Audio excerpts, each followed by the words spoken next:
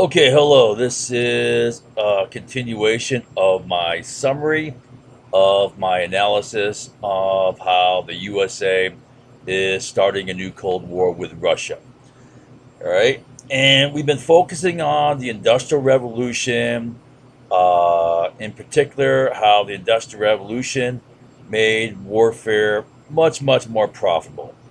No longer was war limited to gaining territory, controlling trade, right?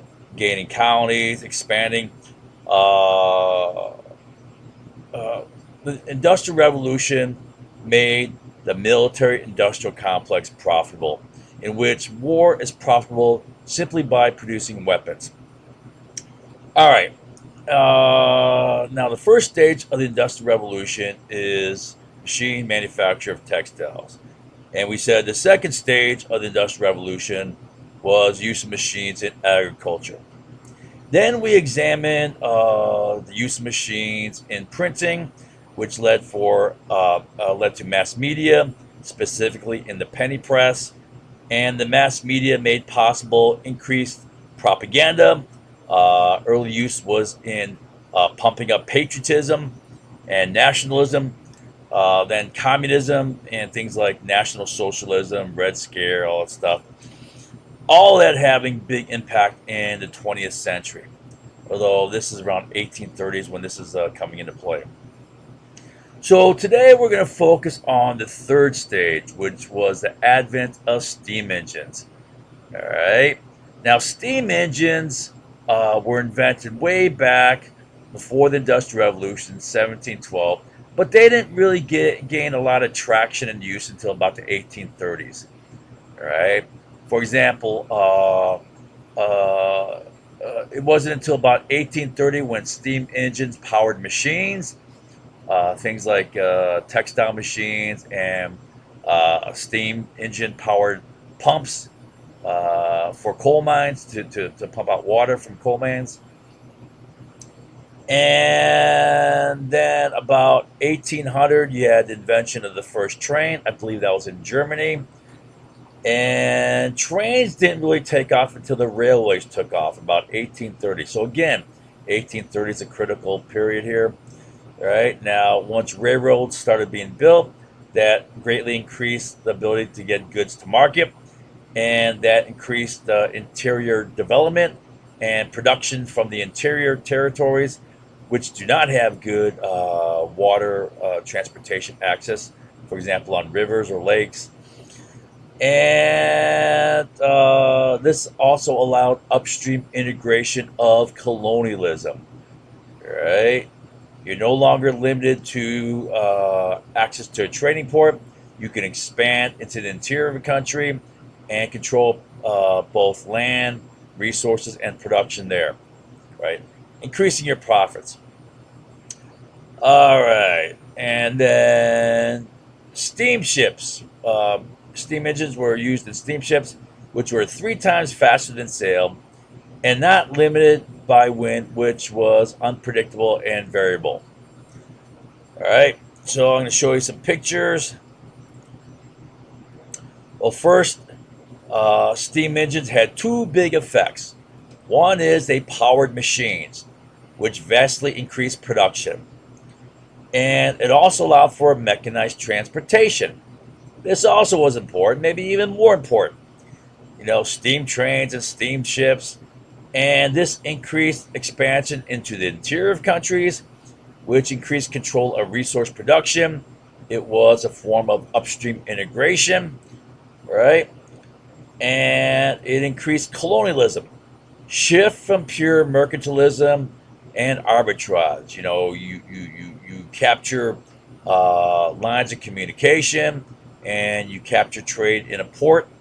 And then you go from here. You go into the interior, and the economic engine at that time became a combination of industrial development in the home country. So the colonial power is going to develop its industries, and those industries are supported by the colonies. Colonial expansion into colonies for raw materials and for markets. All right. So if you're increasing your industrial production, well, you have to get more raw materials. If you're increasing your industrial production, you have a greater supply of products that you got to sell. Otherwise, you're going to go out of business. Price is going to fall, oversupply, right? So you got to get markets to absorb those products.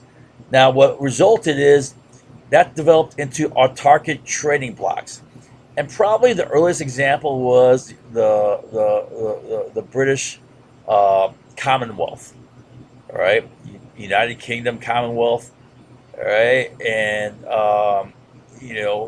Britain tried to maintain trade only within that block, right, for the benefit of the home country, Great Britain.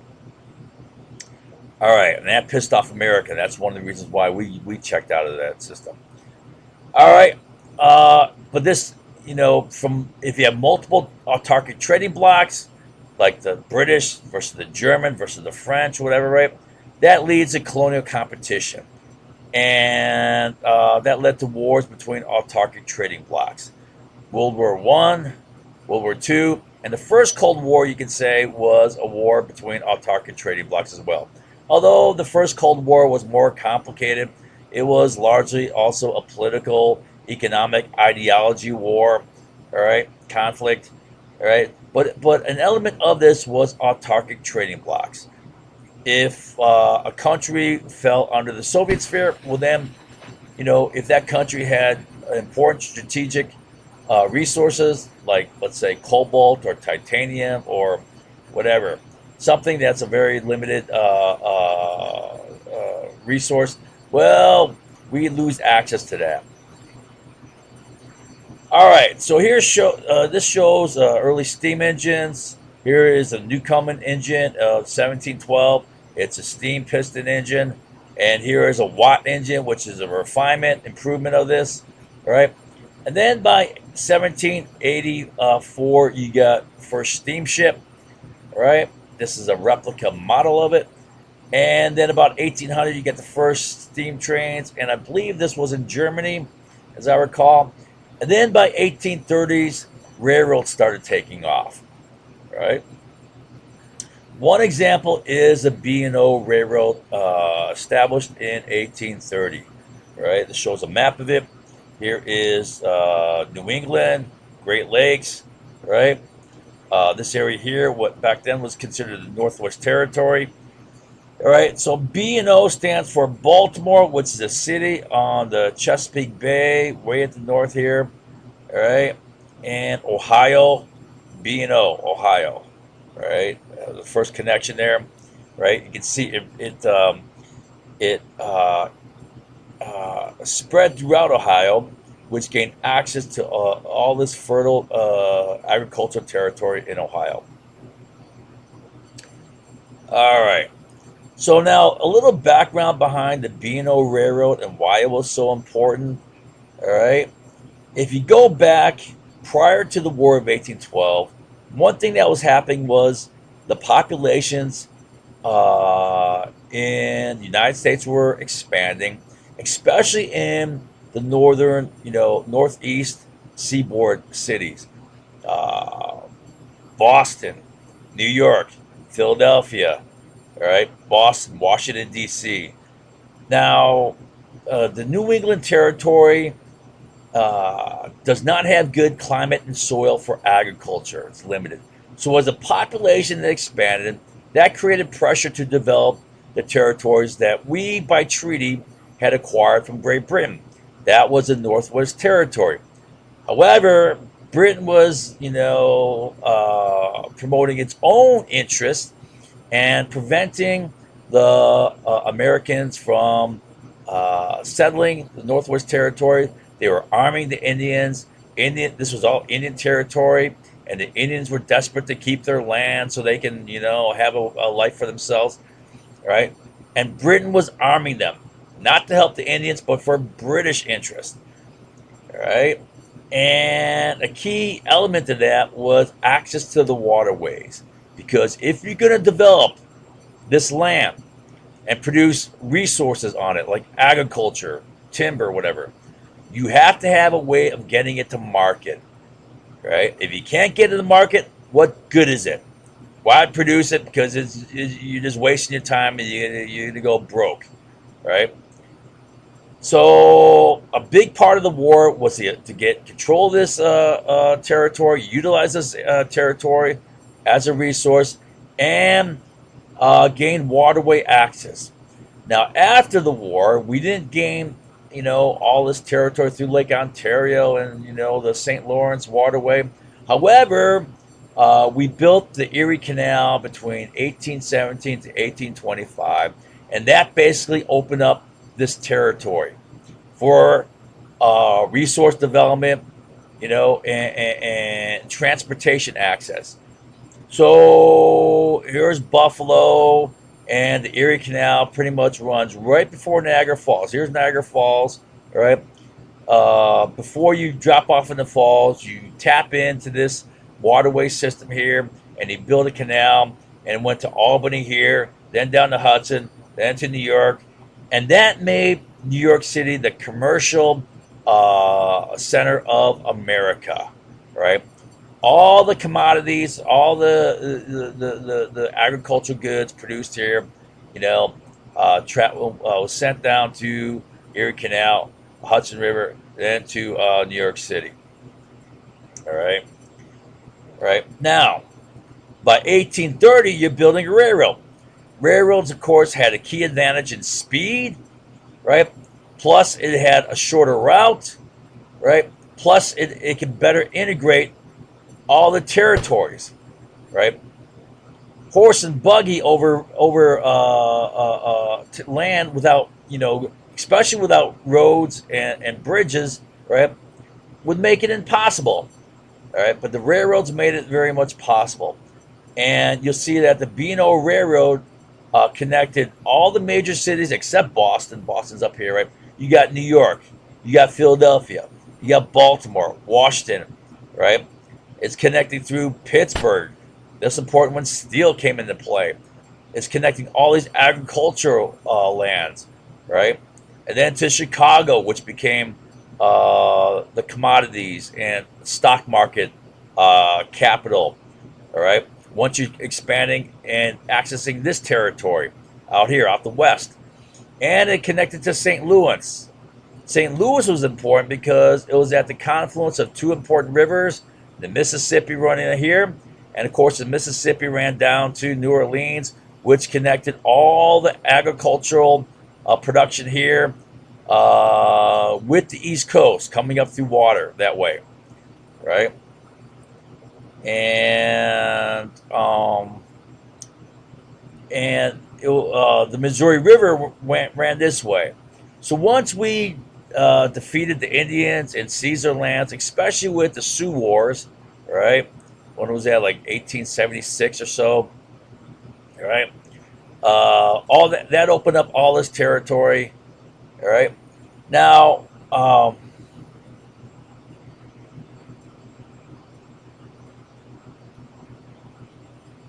give you one example of the importance of this railroad. All right. Okay. One importance of the railroad was in steel. The Civil War really made U.S. steel possible, United States steel possible. All right. One way was the British dominated the iron and steel industries prior to the Morrill Tariff. All right. So the main source of iron building these railroads was Great Britain. Okay. And with the Morrill Tariff, that gave advantage to U.S. Steel production. And of course, steel was made possible by the Bessemer and open hearth process. All right. Now, the first main steel plant in the United States was Homestead Plant by Carnegie.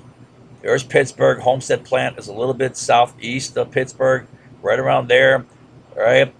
And Carnegie built his plant there because the two main ingredients in steel production were coal and iron ore. All right, coal fields here. All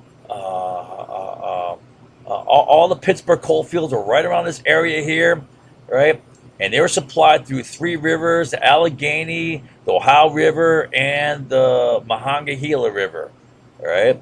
Now the iron ore came from Upper Peninsula, Michigan. That's where it had a lot of good iron ore. And that would come through Lake Superior into Lake Michigan, through Lake Huron, right through here. Detroit's here, and then to Lake Erie, and then through one of these lines here through rail. Right.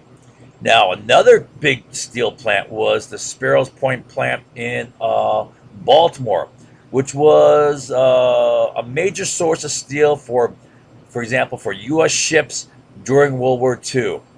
Right. Now, the Baltimore plant was built here because it relied upon Cuban ore. The best iron ore in the Western Hemisphere was not Michigan; it was Cuban, highest quality. Right, and that could be shipped by boat, which is cheap, right up to Baltimore here, and then they got access to Pennsylvania coal. All right, so that's the reason why the Sparrows Point plant was built there. But all of it depended upon the B&O Railroad. Now, the last thing I want to tell you about the B&O Railroad was I believe it played a key role in the Civil War. One key role, right? For example, during the Civil War, people think it was all about slavery, but it wasn't about slavery. There was no move to end slavery. In fact, the North guaranteed protection of slavery with the Corwin Amendment, and they offered to expand slavery with offering the New Mexico Territory as a slave state. And then after the war started, the Northern, now dominated Congress passed the Crittenden-Johnson resolution, which resolved to not free the slaves as a result of the Civil War. Okay? And the reason for that was appeasement of the border states. Now, the border states were slave states that remained in the Union, right? Another fact, showing that it wasn't about slavery, right? You got slave states remaining in the Union. Okay, now those border states were Missouri, which is over here, just west of Illinois, in Kentucky, and then you had West Virginia. Here's Virginia, all right? Here's West Virginia, okay? West Virginia broke away from Virginia, and then you have Maryland and Delaware. These were the border states. Now, if you look at it, the B&O Railroad interconnects all of them, right? And why that was important is because that those border states' economies were tied to the North.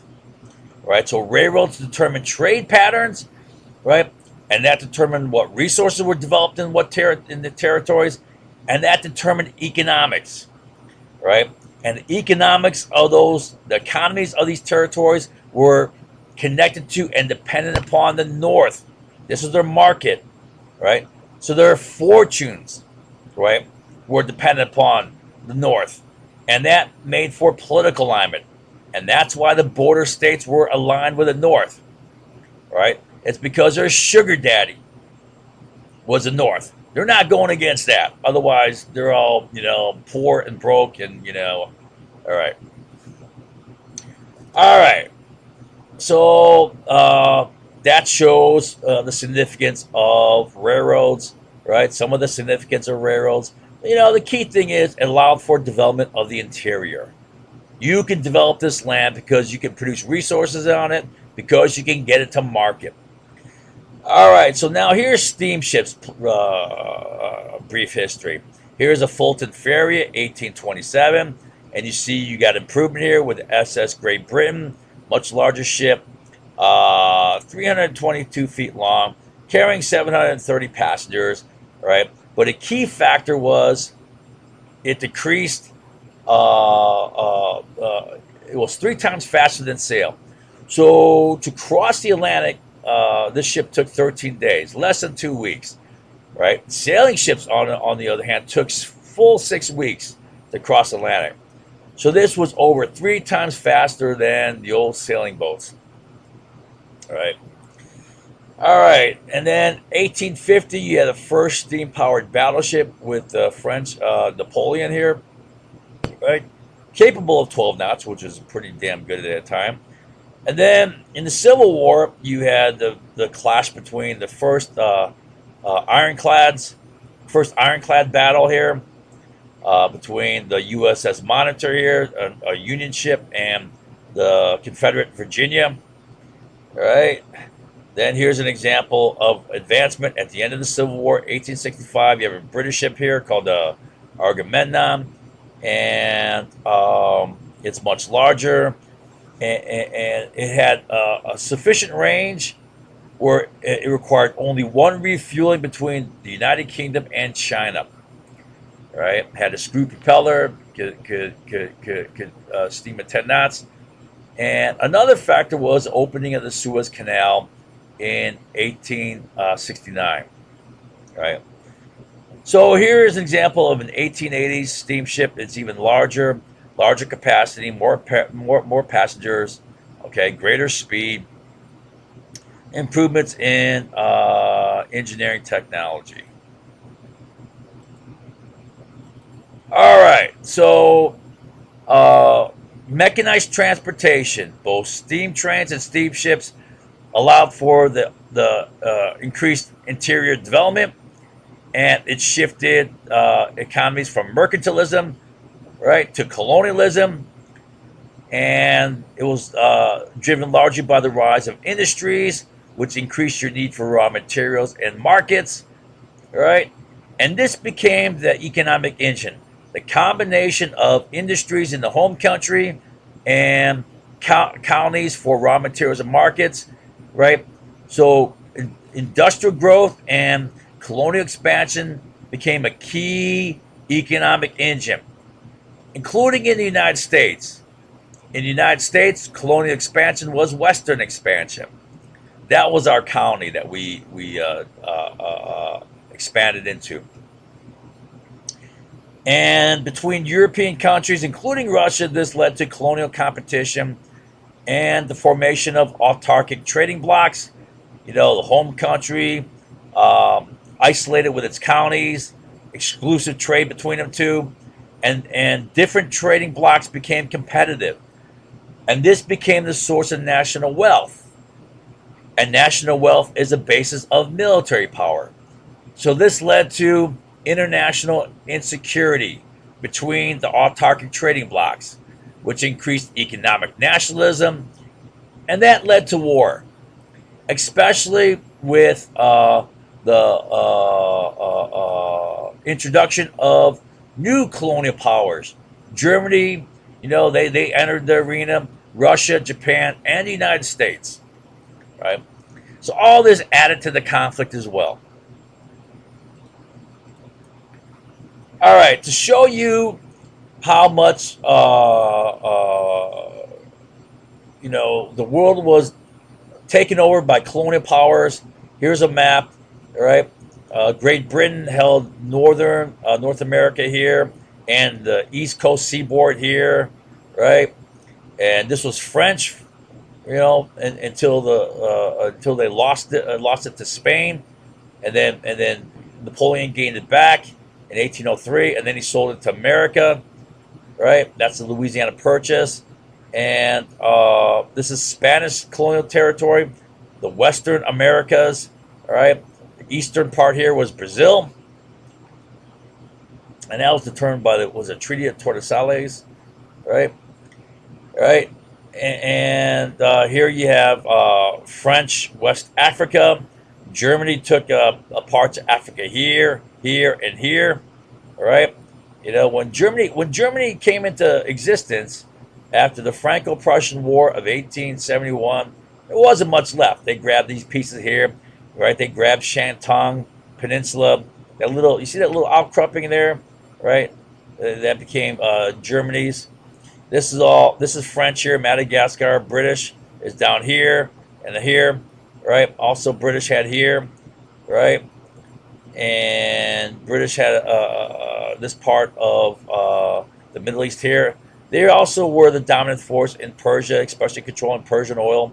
And then India and Burma, Australia, this is part of its Commonwealth, New Zealand, right? And they had Malaysia, British had Malaysia, what do you call it? I think this is called Micronesia, right? Dutch had the Dutch East Indies here, right? Germany eventually got the eastern part of New Guinea, right? USA took the Philippines from Spain. Again, this is French Indochina. France also had Syria, which is the traditional Levant area where the Silk Road went through, right? Russia dominated Mongolia. Russia also dominated, well, Russia gained this territory here. All the territory north of the Amur River, right? That was a treaty of 1858, right? And down to Vladivostok over here. But then they dominated Manchuria, right? They dominated Korea and the Liaotung Peninsula right here, right? Well, then Japan came into play, and with the 1905 Russo-Japanese War, right? They dominated in Korea, right? Then in 1931, they invaded Manchuria. 1937, they invaded China down through here, right? All right. Now, to show you the importance of sea power in all of this, how this depended upon um, controlling the lines of communication, the shipping lanes, right? This shows you Britain's domination of strategic choke points throughout the world. No one understood strategic choke points better than Great Britain, and Great Britain was a dominant world power for about 300 years, from the time of the Anglo-Dutch Wars, right, to World War One. After that, Britain declined, right? All right. So one strategic choke point was the Greenland, Iceland, UK gap. All right, United Kingdom. It's hard to see there, but it's rough. It's island right about there, right? And another is the English Channel, and then Gibraltar right there. That controlled traffic between the Mediterranean and Atlantic, all right. And then down here is the Cape of Good Hope, all right. And then you have the Gulf of Aden controlling access to the Red Sea, right? Then the Straits of Hormuz controlling access to the Persian Gulf, and then the tip of India is somewhat like the tip of Cape of Good Hope, right? Then they controlled the Malacca Straits. Then they controlled a piece of the Shantung Peninsula called Weiwei, right? That was in 1898. And then a couple other examples are the Falklands that would control the Cape Horn access here. And then during the French Indian Wars, they took control of Quebec and Montreal. And during the War of 1812, they tried to take New Orleans to shut down our access to, between the Mississippi and the Gulf of Mexico. And that would shut down production in the interior here. That was always important. Another example is how Britain dominated during the Napoleonic Wars. They shut down a lot of interior economies by shutting down ports all along the coast of Europe. All right. So I want to expand upon the impact of the latecomers to the colonial competition: Germany, Russia, Japan, USA. Right? That increased colonial competition and increased competing autarkic empires. And this was a factor that led to wars. All this culminating in World War One, and then World War One, leading into World War Two. World War One was largely a continuation. World War Two was largely a continuation of World War One. So we'll start with Japan. All right. So Japan was threatened with European colonial domination, one of which was the Shimonoseki campaign. Another earlier one was Commodore Perry forcing open the doors with Japan, right? but it was more than that. Europeans were threatening to dominate Japan, like they dominated all these other Asian nations, right? So, faced with this threat, Japan made a radical transformation of its whole society and economy and politics, right, with the Meiji Restoration.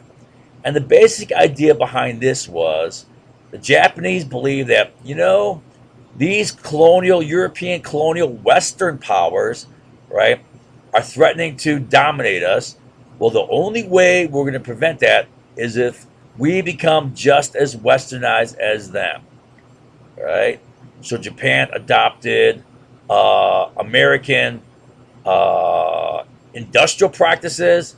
It adopted American stock market. It adopted British parliamentary, the monarchical democracy, and then it adopted British Navy, British and French naval practices, right? And purchased a bunch of French and British ships, and then adopted Prussian education and Prussian army. So that's who they copied, right? They rapidly westernized.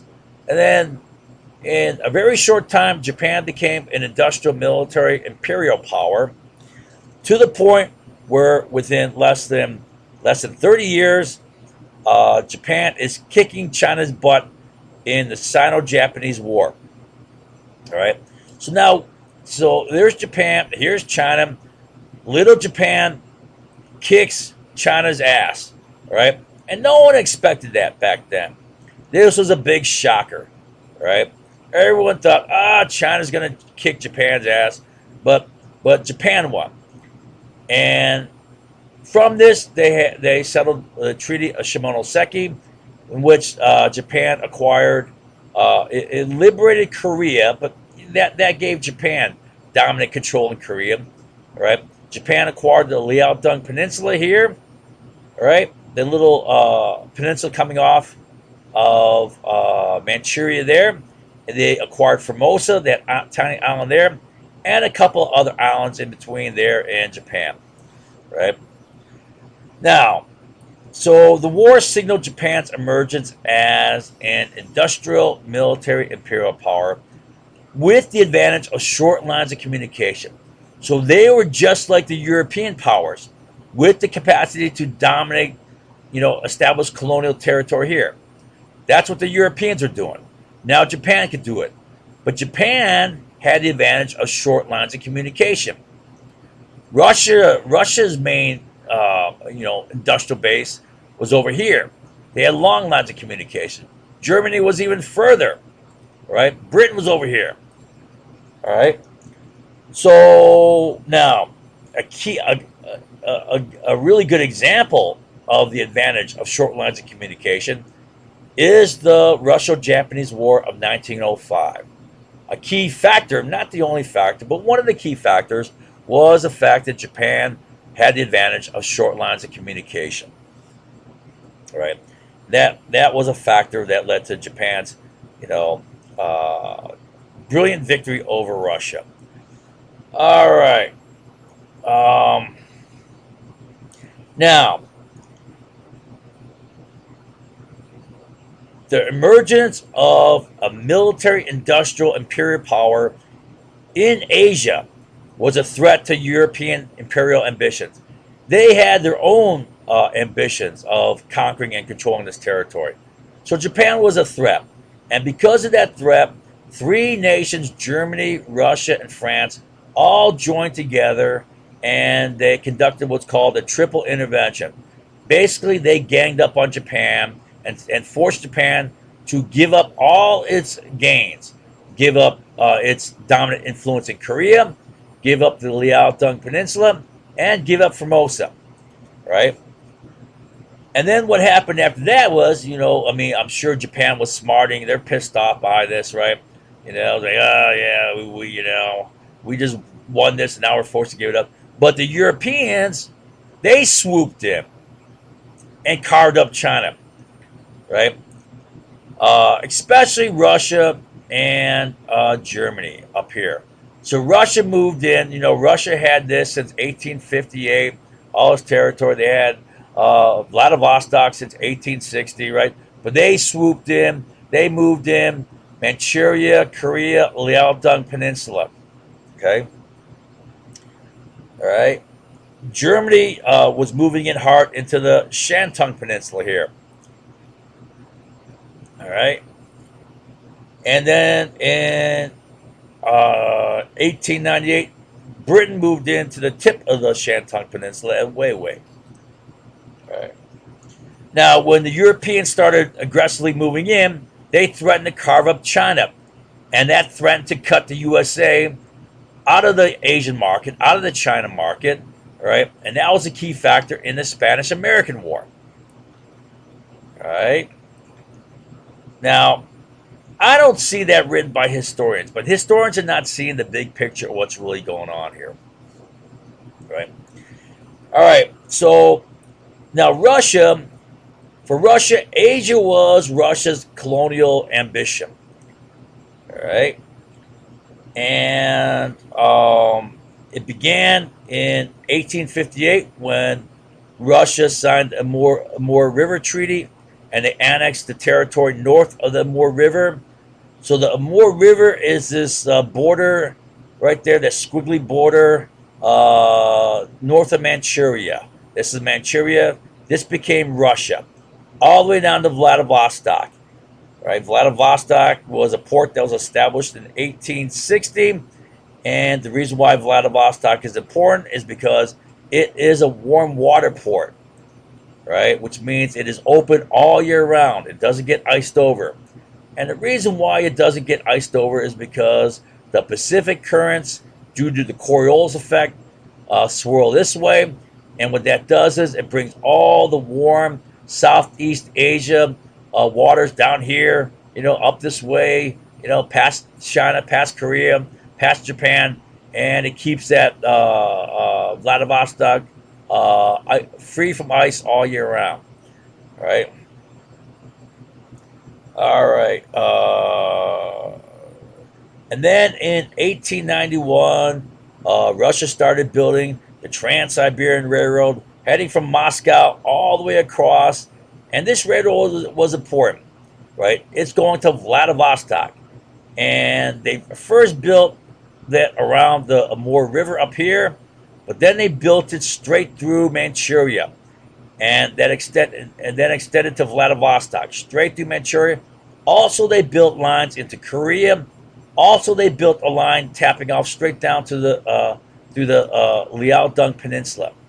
So this is Russia moving hard into Manchuria, Korea, and Liaodong Peninsula. This is their colonial ambition, right?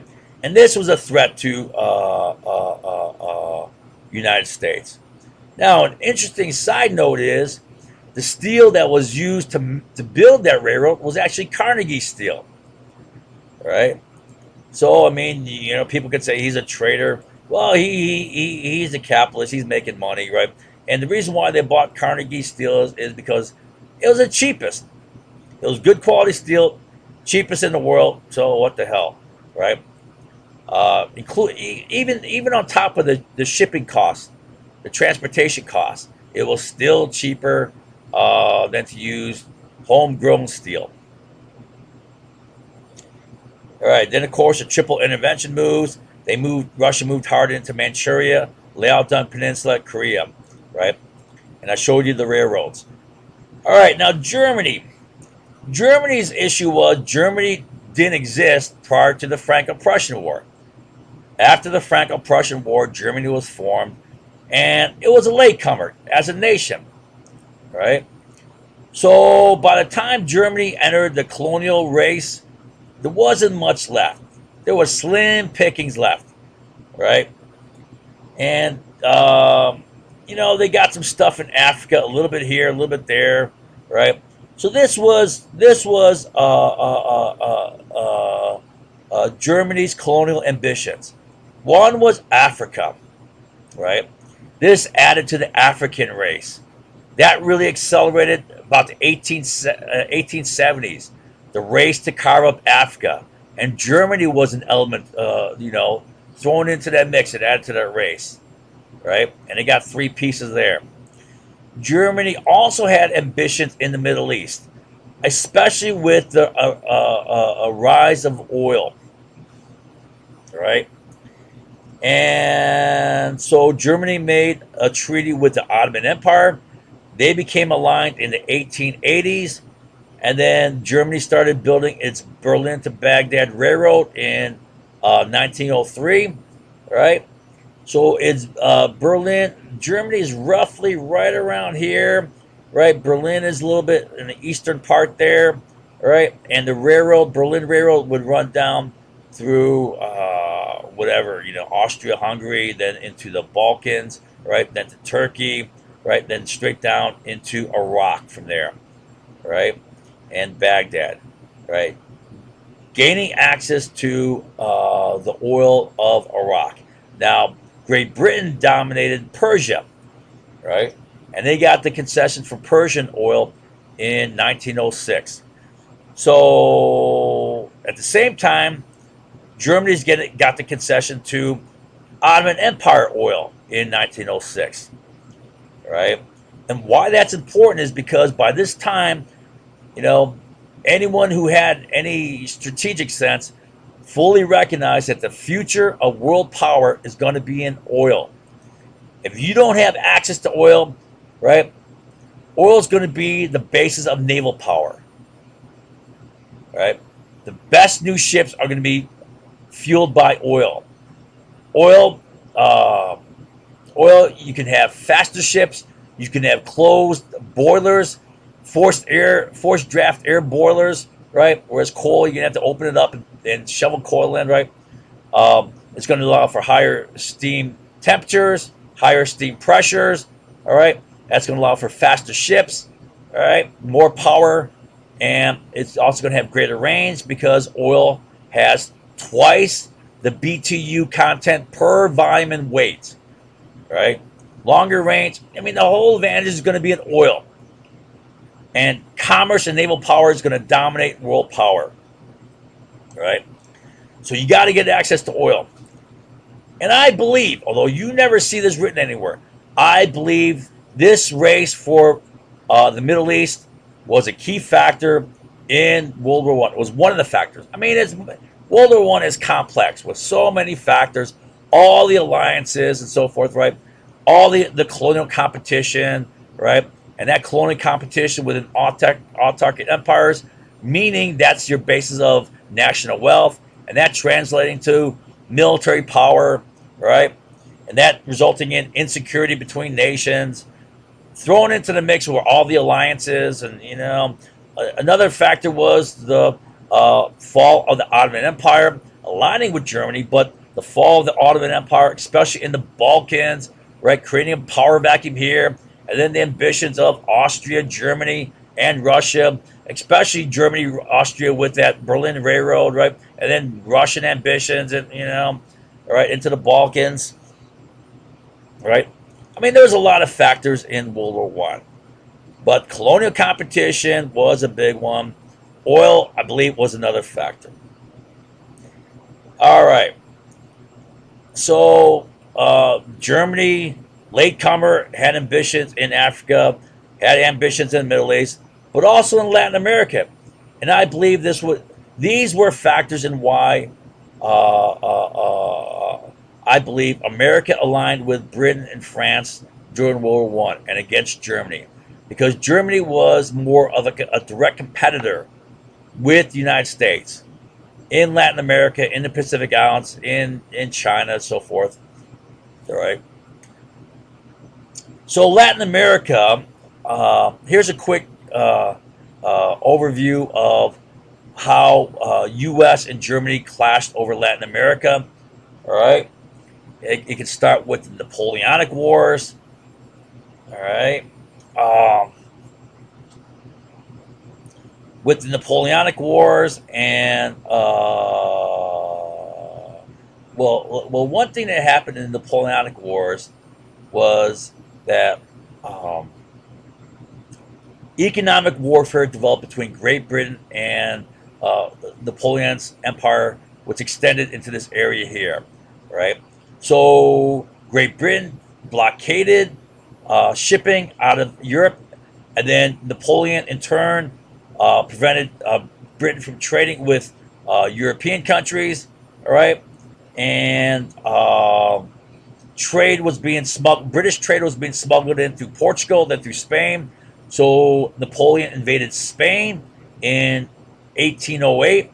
All right, and with Napoleon kicking ass on Spain by 1810, all of Spain's American colonies, from Mexico, which went up here into currently United States, way down to Cape Horn down here, Argentina, all this, including Portuguese, Brazil, all this broke free and declared independence, right?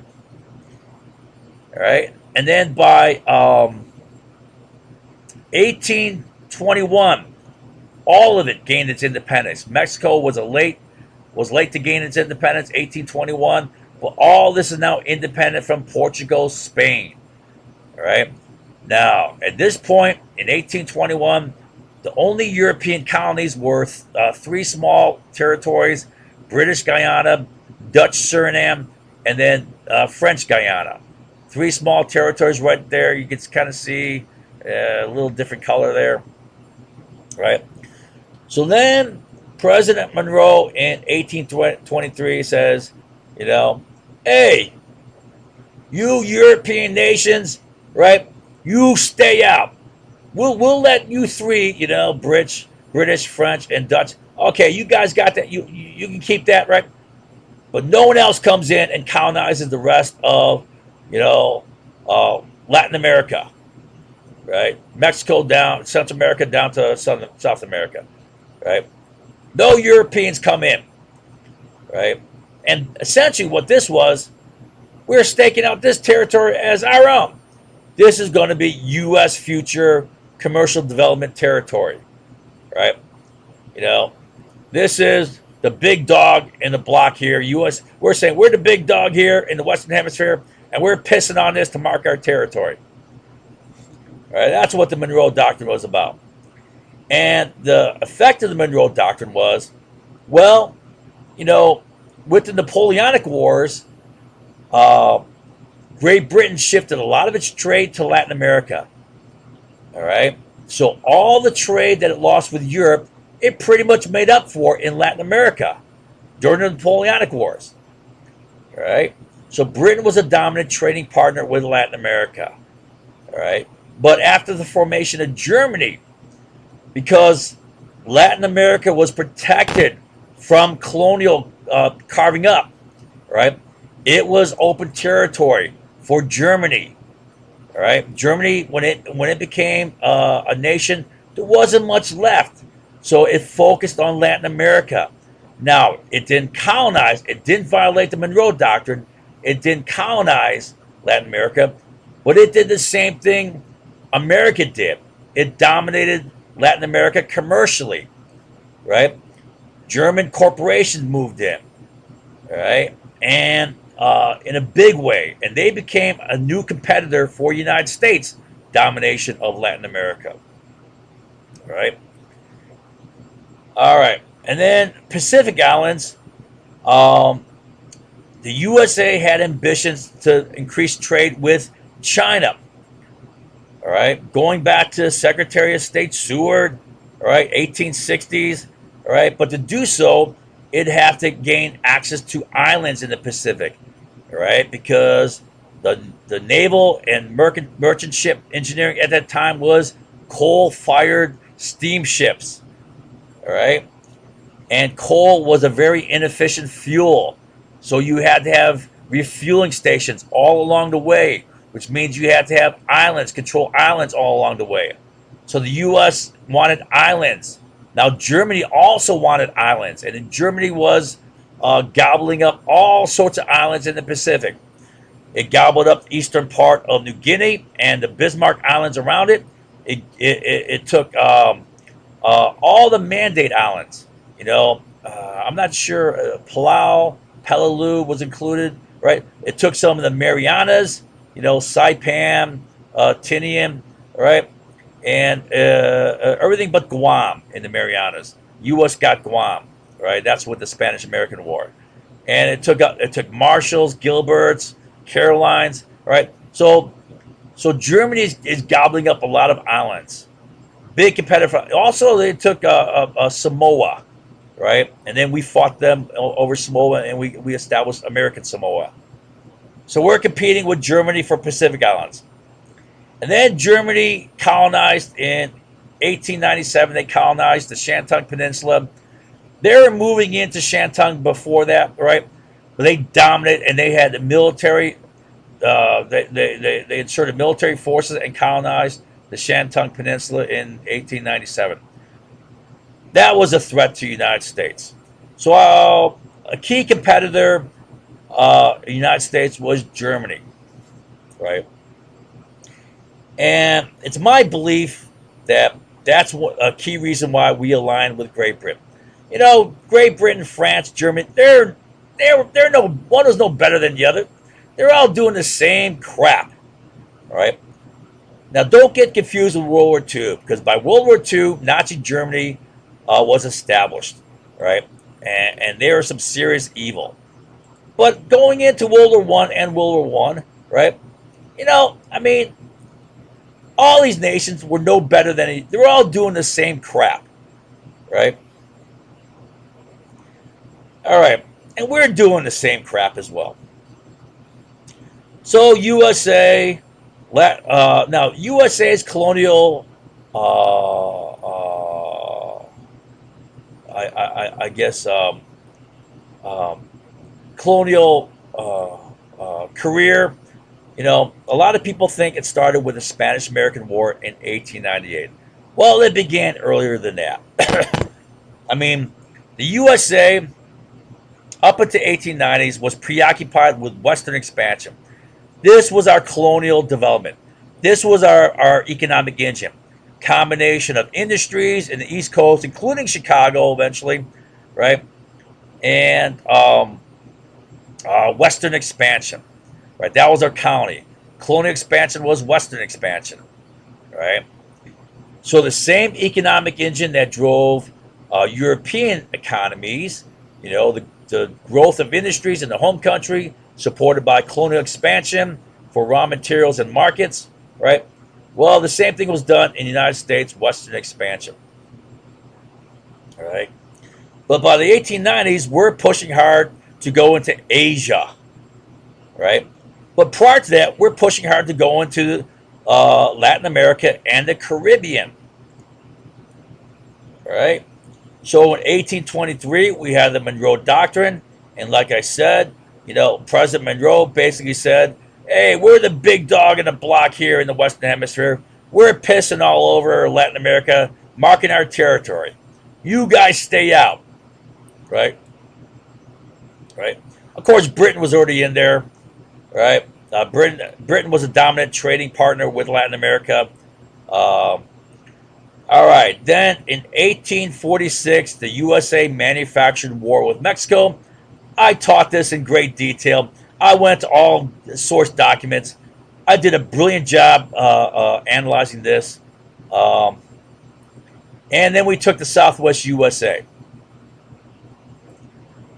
Right. Now, I know no one remembers this analysis. This was a brilliant analysis. By 1848, we got all that territory here. So this part, including Texas, so forth, we annexed Texas, but we didn't really own it. We just stole it. And then after the war, we can officially claim it because it was the Treaty of, what was that? Treaty of Guadalupe, right? Okay, they gave it to us. Now, we also got all this territory, all of California, New Mexico, Arizona, part of Colorado, part of Wyoming, Utah, Nevada, right? Oh, we got all this territory from, the Southwest U.S. We got that from Mexico with the Mexican-American War, right? We kicked their ass and stole their land, all right. And then between 1848 and 1860, right on the heels of the Mexican-American War, Americans moved in as private, you know, operations. I mean, prior to 1848, there were filibuster raids into Mexican territory here, right? Now they're moving down further into Mexico, into Central America, right? So Americans are moving in, trying to conquer into Latin America. Now these were private. These are private American ambitions. All right, they were in violation of the 1818 neutrality laws. All right, but you know what? The U.S. government basically always overlooked these.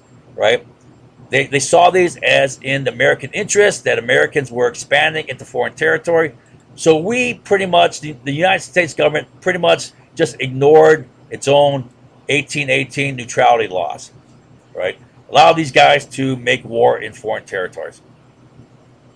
And then post Civil War, there was railroad expansion into Mexico, right? You know, post Civil War, uh, uh, basically the Civil War made possible rapid Western expansion, right? It unleashed Western expansion, right? So the United States, as far as settled territory, roughly ran down here, right? Minnesota was still up for grabs, right? This was settled territory, right? Right here. So, you know, maybe a little bit over a third, not even a half, of the United States was settled by 1865, right? After 1860, so between 1607 to 1865, less than half of the USA was settled territory. Indians out and defeated, right? Now between 1865 to 1890, which was Wounded Knee in North Dakota here, right? Right. Um, the USA settled all the rest of this territory. So this took like 260 years. This took 25 years, right? That was made possible by the Civil War. With the Civil War and the secession of southern states from the Union, the route of Congress, right? The Northern controlled Congress passed legislation for Western expansion.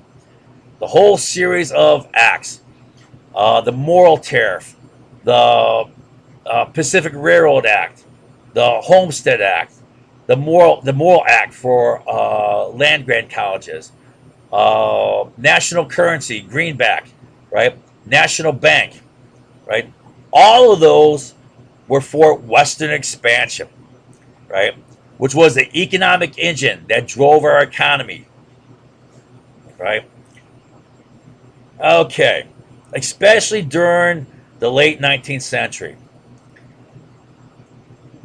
All right, so let's see here. Where was it? Now, so Civil War made that possible.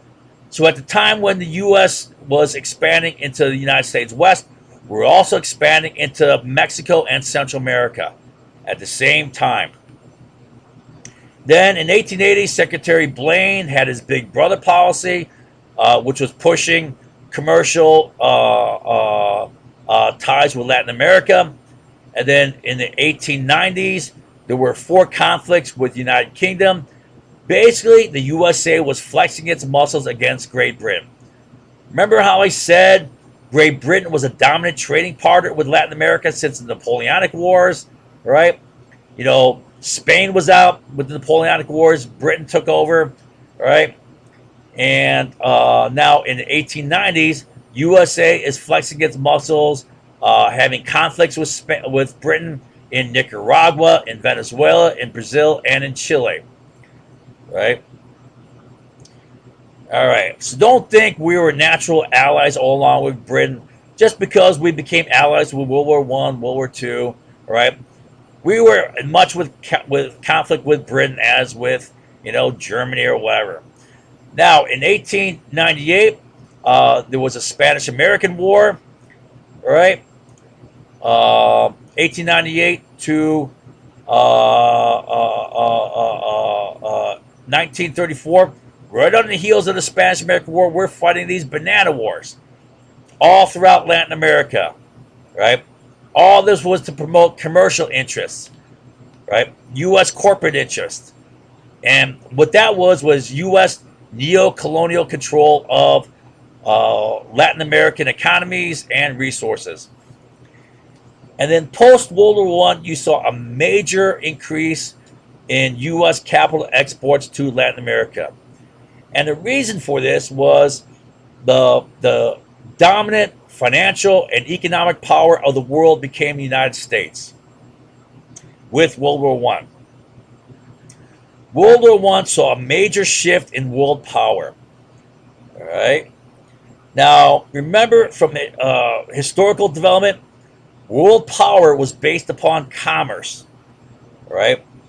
You know, starting in the Middle Ages, dominant commercial powers were the Italian city-states. Right. There's Italy, Venice, Genoa. All right. And they became the world's commercial powers. And then because of the world's commercial powers, they became the world's financial powers. They became the first modern bankers, right? And then after Portugal and da Gama discovered the sea route to Asia, they became the dominant commercial power. Spain and Portugal, right? Spain colonizing the Western Hemisphere, Portugal dominating trade into the Spice Islands, right? And then Antwerp became the commercial. Antwerp in Belgium, which is part of the Spanish Empire, right? They became the dominant commercial and financial power. And then after the 30 Years' War and Dutch defeating the Spanish, right? And with the Treaty of Westphalia at the end of the 30 Years' War in 1848, right? The Dutch gaining control over the mouth of the River Schenk, that shut down Antwerp as a port, right? That killed Antwerp's economy. It also killed the interior lands adjacent to the River Schenk. And that made Amsterdam the commercial center of the world, all right? And it became the financial center of the world, okay? And then there was 3 Anglo-Dutch wars, and that shifted the commercial and financial center to London. Now, with World War I, United States became the arms producer of the world, right? Shipping war materials, right? And then that was financed with gold at first, so there was a big shift of gold here, right, to the United States, and a lot of money and wealth coming to the United States. Now, once gold was depleted out of Britain and France, they basically financed the war purchases from the United States with bonds, right? So now the USA became fat with bonds. And this was a factor, one of the factors that led to the U.S. involvement in World War I, right? So the U.S. Financed the war production, and half of all the shells, half of all the munitions fired on the Western Front, in France, for example, were made in USA. So we were the major war supplier for the Allies, bigger than France and Britain, right? And even before we entered the war, right? Now, Britain and France financed that with war bonds. If Britain and France were to lose the war, the value of those war bonds would plummet, right? And that would cause the American banking system plummet, and we would fall into a big depression, right? Banks would fail. All right, so that was a factor in us supporting. The other factor, I believe, key factor, was Germany was a bigger competitor than Britain and France to us. All right, and now with all that money coming across, all those bonds, of course, Britain and France would have to pay for those bonds eventually. Those bonds are eventually going to be cashed out. Now, to pay for those bonds, Britain and France pushed reparations onto Germany. So German money was going to Britain, France to pay back British and French bonds in the U.S. Right now, of course, the war reparations were a big factor that led to the popular rise of Hitler. Hitler said, "Screw this! We're not paying these damn reparations." Right? We're going to build up our industries. We're going to build up our war machine again. Screw this! We're not going to go by all these treaties. Right? And all the Germans supported him. They loved him. Right? And building up German war industries, got their economy on feet. So this was all related to World War II. That whole war trade eventually led to World War II. If you connect the dots, right, was a factor in World War II. Not the only factor, right? Again, there's always many factors, but again, that is another factor that connects World War I and World War II together. All right. So yeah, USA. So after World War I, the financial commercial center of the world shifted from London to New York. So it went from the Italian city-states to Antwerp to Amsterdam to London. Now New York became the dominant commercial and financial center of the world. Wall Street, right? Flush with all this money, that increased our capacity to invest in Latin America, right? With more investment in Latin America, we got to protect it, right? And we protected it by kicking ass on the local countries with all these banana wars, right? All right. What do I got? So 1903, USA, we conducted the Panama Revolution, and we acquired the Panama Canal Zone. So the Panama Revolution really was this. Colombia was this country right here next to Panama, but Colombia also included Panama. The people in this part of Colombia, the Panama part of Colombia, they wanted independence, right? And the U.S. was a major facilitator. It can be said that this was an American revolution, right? It was pretty much a bloodless revolution. And what happened was, when the revolution was conducted, the U.S. supported this militarily with warships, both from the Pacific side and from the Atlantic side here, all right? And the key action was taken actually by the American-owned Panama Railroad, right? And there was a little bit of subterfuge when the American forces, the American ships, were meant to prevent Colombian forces from landing and retaking Panama, right?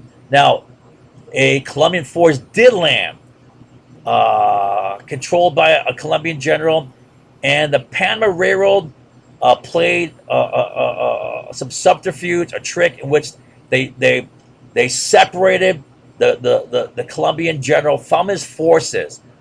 All right, he landed on the Pacific side, and they sent him and his staff only to the Atlantic side, right, with the promise that they're going to send his forces on the next train load, right? But they didn't, and so they separated the general from his forces, and they forced him to surrender, right? And that was the end of the revolution. It was bloodless, right? So the Americans played the key role in the Panama Revolution, and from the American support, they were allowed to purchase the Panama Canal Zone, through which we built the Panama Canal.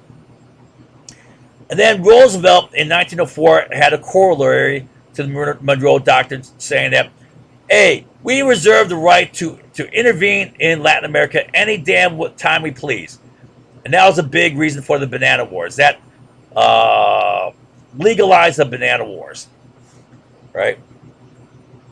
Gave legal support to the Banana Wars. And then we had numerous military interventions, occupations, as a result of this in Latin America. And then Taft came along after Roosevelt, right? He had dollar diplomacy, saying, okay, we're going to rely less upon military interventions, and we're going to dominate them economically, financially and commercially, right? But there was also interventions during Taft, for example, in Nicaragua, in Honduras, right? And I believe we overthrew the Nicaraguan government. Was it right now? On the issue of U.S. government overthrows, this was a future project that I was planning. I may never ever get to this.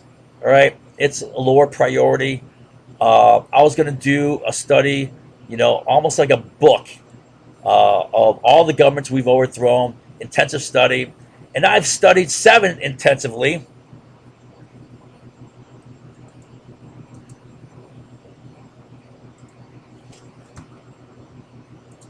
Um,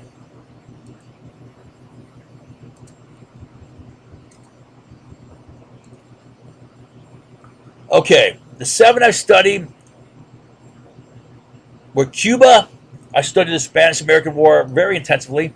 Our overthrow of Spanish rule in Cuba, right? Panama, right? I studied that intensively.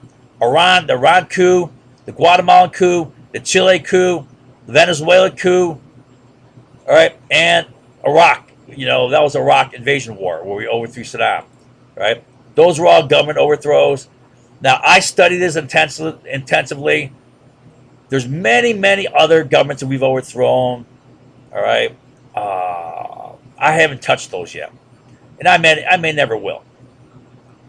All right, so our colonial career in the Caribbean starts with colonial trade in the Caribbean, going back to colonies before we were the United States. They developed a trade involving iron goods manufactured in America against British law, right? We violated British law because we weren't supposed to manufacture things. Value added, Britain wanted to monopolize that. But we would manufacture iron goods and trade for molasses, and we had a molasses rum trade.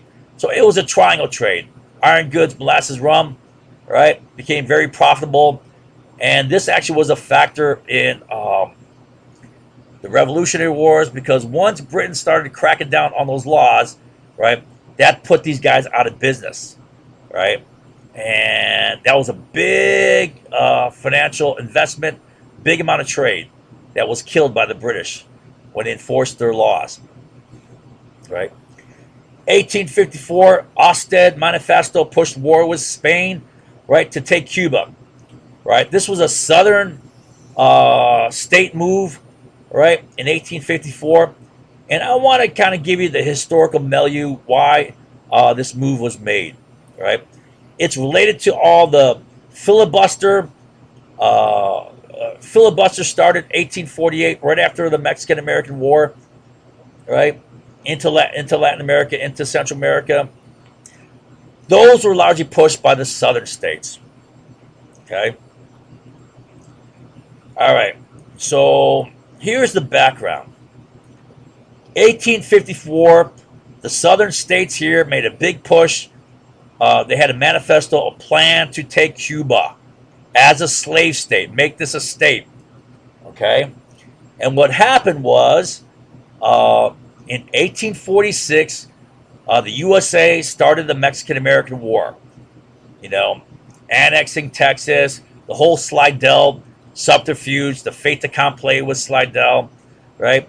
And we manufactured this war with Mexico, and we took all this territory from California, across Nevada, a bit of Wyoming, Utah, about a third of Colorado, New Mexico, Arizona, right? And of course, Texas we secured, right?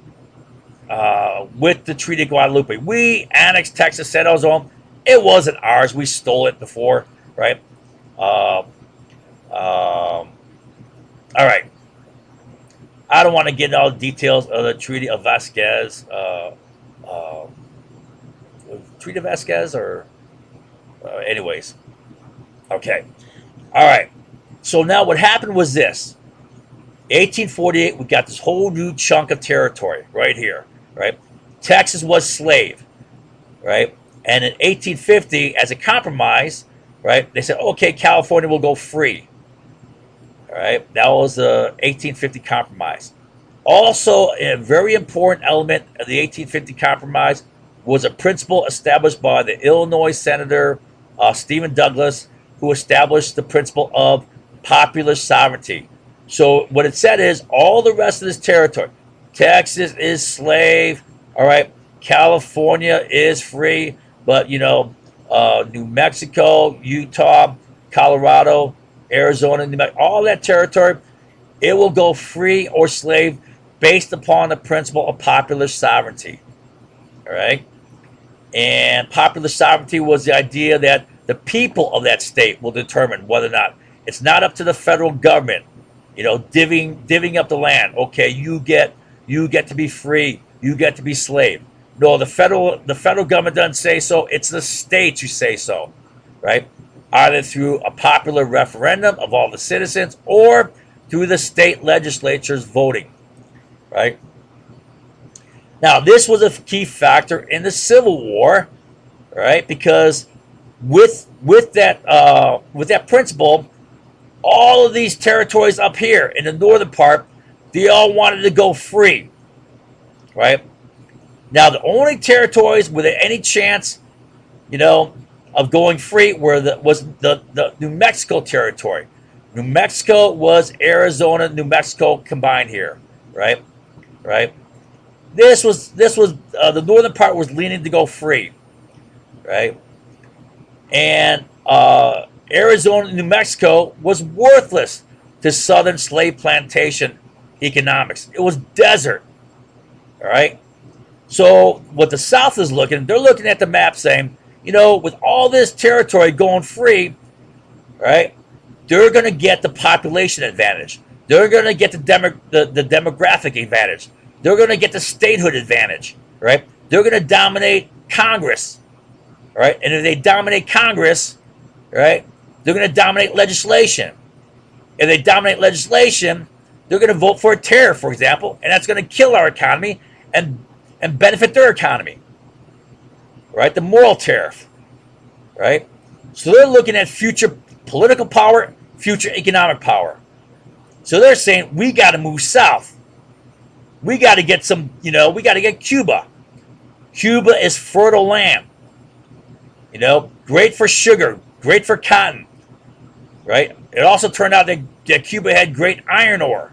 Remember how I said that the Baltimore Sparrows Point plant was made solely for Cuban iron ore? Highest quality iron ore, right? Sent by ship, cheap, right to Baltimore, right? Coal coming down from the B&O Railroad from Pennsylvania, right here, a short trip there, right? That's why Sparrows Point was built, right? And that's the reason why for the Olmsted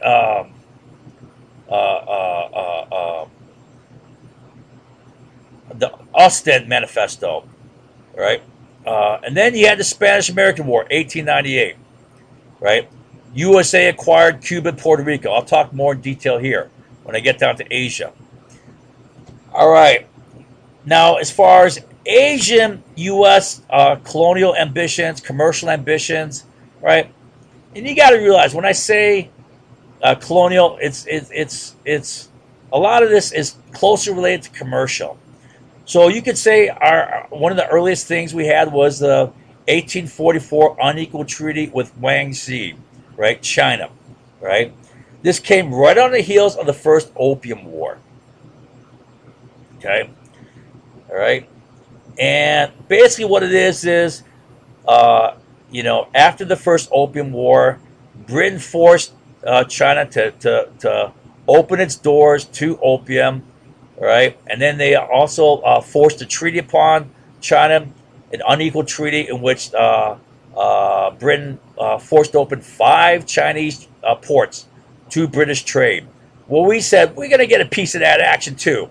So we got this treaty, and a whole bunch of European nations did the same thing. France did the same thing, right?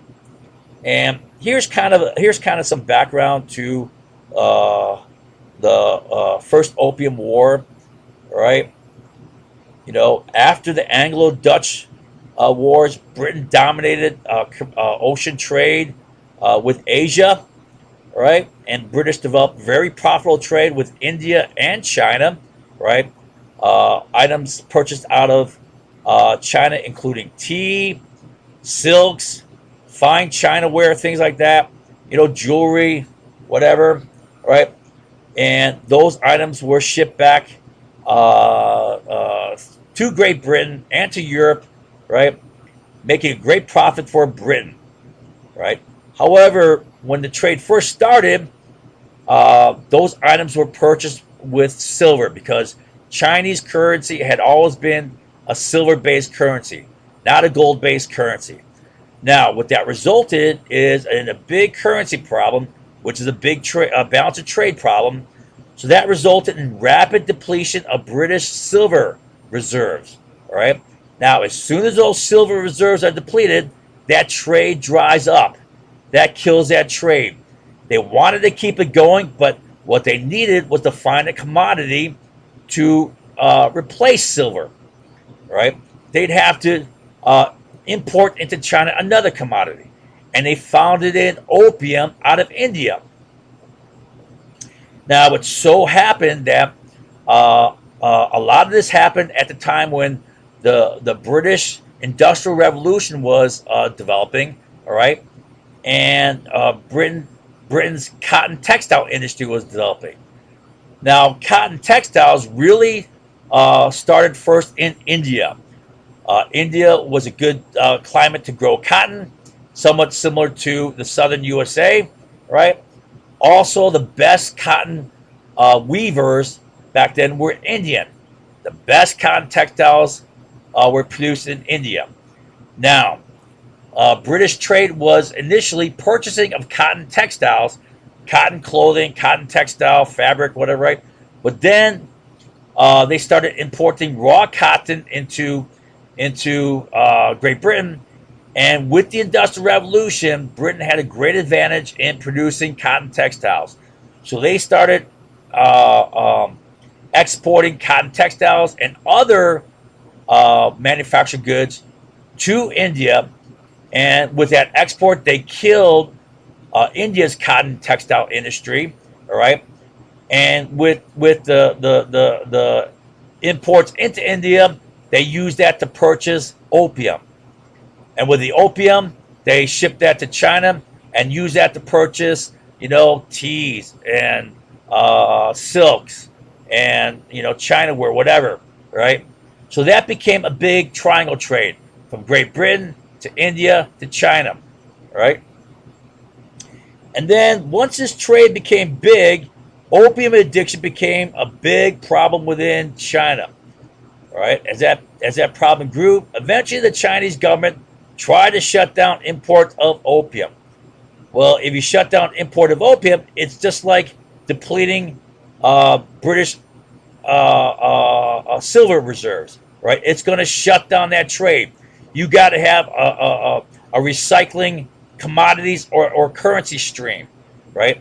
Right. So that would kill the British profitable trade. So Britain fought a war to force China to open up its doors to opium.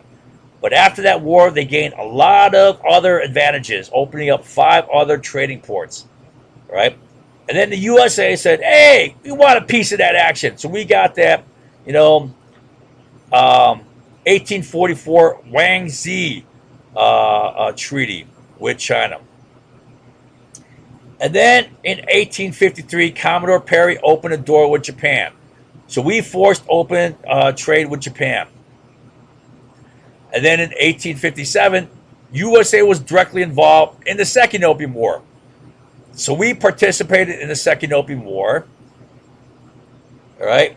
And then in 1861, USA ran gunboat patrols on the Yangtze River. Yangtze River is a river in China which is very important commercial, economic waterway. Basically it's a commerce route, it's a transportation route way back then before railroads were big, right? It ran from Shanghai. Shanghai's roughly, where else is Shanghai? Somewhere around here. And the Yangtze runs kind of up like this and then down here somewhere, right? And basically we're staking our claim to trade along the Yangtze, all right? And then in 1863, 1864, U.S. took part in the Shimonoseki campaign, which kicked ass on Japan, and that was a key factor. One of the factors, but a key factor that threatened Japan with takeover, and so that caused them to react defensively with the Meiji Restoration. The rapid westernization become just as westernized as the Western countries to defend against the Western countries. All right. And then our expansion into Asia was promoted by Secretary of State Seward. And from what I've read of Secretary of State Seward, I believe Secretary of State Seward was one of the United States' brilliant strategic minds, right? He purchased Alaska. He acquired Midway Island. I think both were in 1867, right? And Seward's overall strategic vision, he envisioned the eastern industrial seaboard of the United States connected to Asia, commerce running straight across.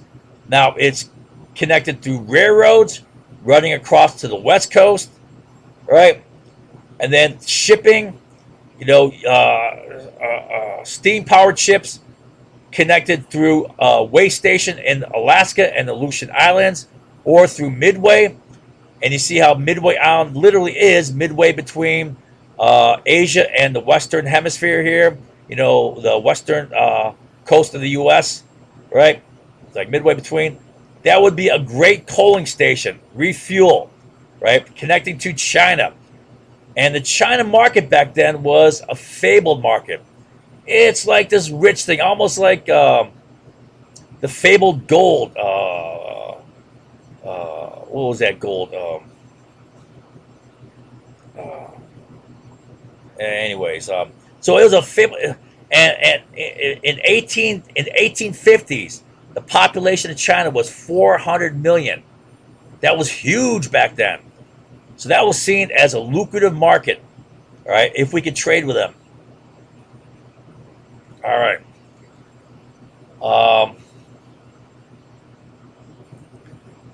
Now,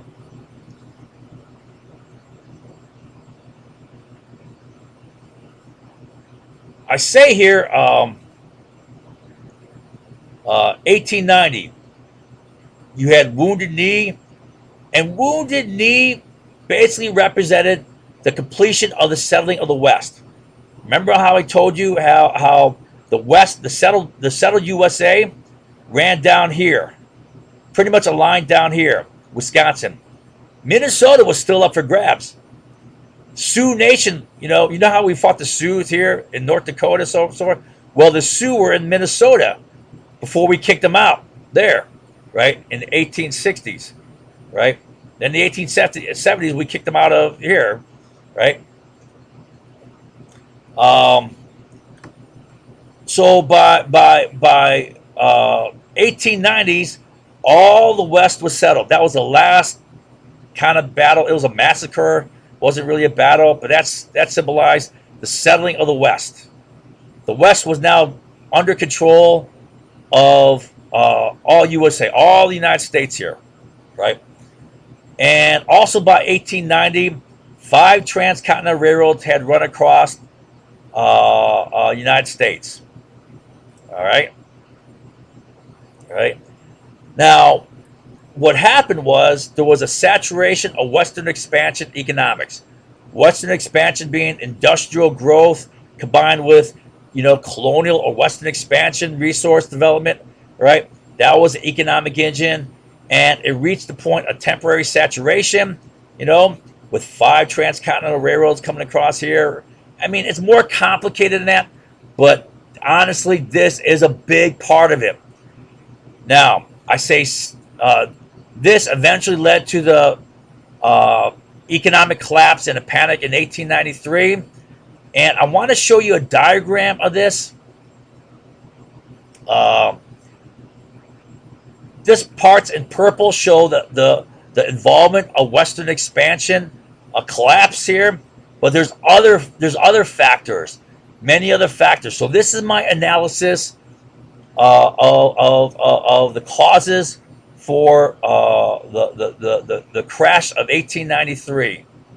Right? It's complex, and I believe this is a very elegant and sophisticated analysis that combines all the possible factors. Right? Now, this is a huge lesson in and of itself. I can't teach you this, right? But I show you this right now because I know that all the simple minds, people who don't know jack squat crap about this panic and all the factors that went into it, are going to say that, oh, bullshit, BS, that's only one factor. Or that wasn't the cause. You're going to say this was the main cause. I believe it's not the sole cause, but it was the main cause. There's many other causes, right? The whole financial crisis in Europe, right? Right. I'm not going to get into it right now, but yeah, it's complicated. But I know I highlight this because I know that this is going to be attacked. Now, I've taught you a lot of things. No one's going to remember squat jack from this. After I teach this, everything I taught is going to be forgotten. So when it's all forgotten after a day, 100% of this is going to be forgotten. After one day, what they're going to do is they're going to focus on the one most vulnerable thing. And I know that this is going to be a classic item to attack. They're going to shift all focus on this one little pitty thing and say, see, it's all bullshit. Don't believe any of it. Well, no one remembers any of it. All of it's forgotten. So they focus on one tiny little thing, right? And this is one tiny little thing, and one tiny little thing. It's only part of the reason for the panic of 93. All right? All right, so you watch. Just watch the liars attack on this Western expansion thing there. Right? All right. But the fact of the matter is, the panic in 93 led to the depression that lasted between 1893 to 1898, the Spanish-American War. Right? Now, that depression was the second worst depression in U.S. history. The only depression that was worse than that was the Great Depression. This was a bad depression. Killed the economy. Led to all sorts of civil unrest. All sorts of strikes and riots and craziness. Right? And what happened was strategic thinking. U.S. leaders dusted off the Mahan Plan. Mahan wrote his plan in 1891 with his the influence of sea power upon history, right? And we used it. Also, the Yellow Press played a role in preparing the U.S. public and Congress for war with Spain. Remember, we had planned war with Spain way back with the 1854 Ostend Manifesto, right, to acquire Cuba, right? Now we're dusting off this plan to take Spain. And Yellow Press, right, pumped up all sorts of propaganda. Remember we talked about propaganda, all right, how that was made possible by machine printing, all right?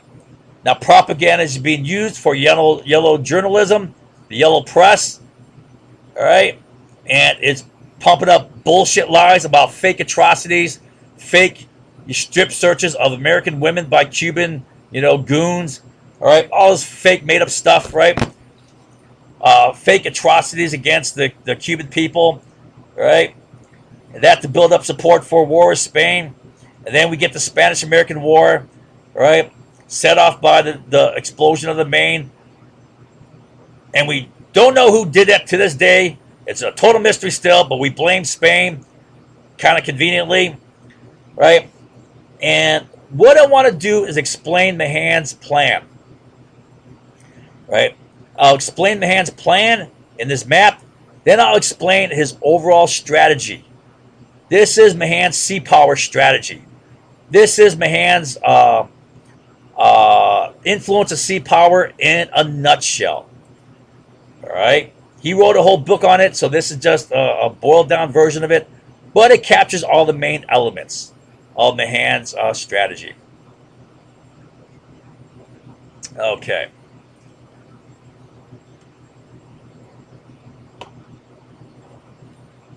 All right. So Mahan's plan was this, right? He said the economy of the USA was dependent upon Western expansion and resource development, which it was. It was the same economic engine as the Europeans. Industrial growth combined with resource development. For the Europeans, it was in their counties. For the U.S., it was in our own territory. But of course, we had to kill off the Indians to take this, right? Kill them off or imprison them onto reservations. All right. And then he said, that's the most profitable venue in our. That's what's driving our economy, right? That's where all the investments are going.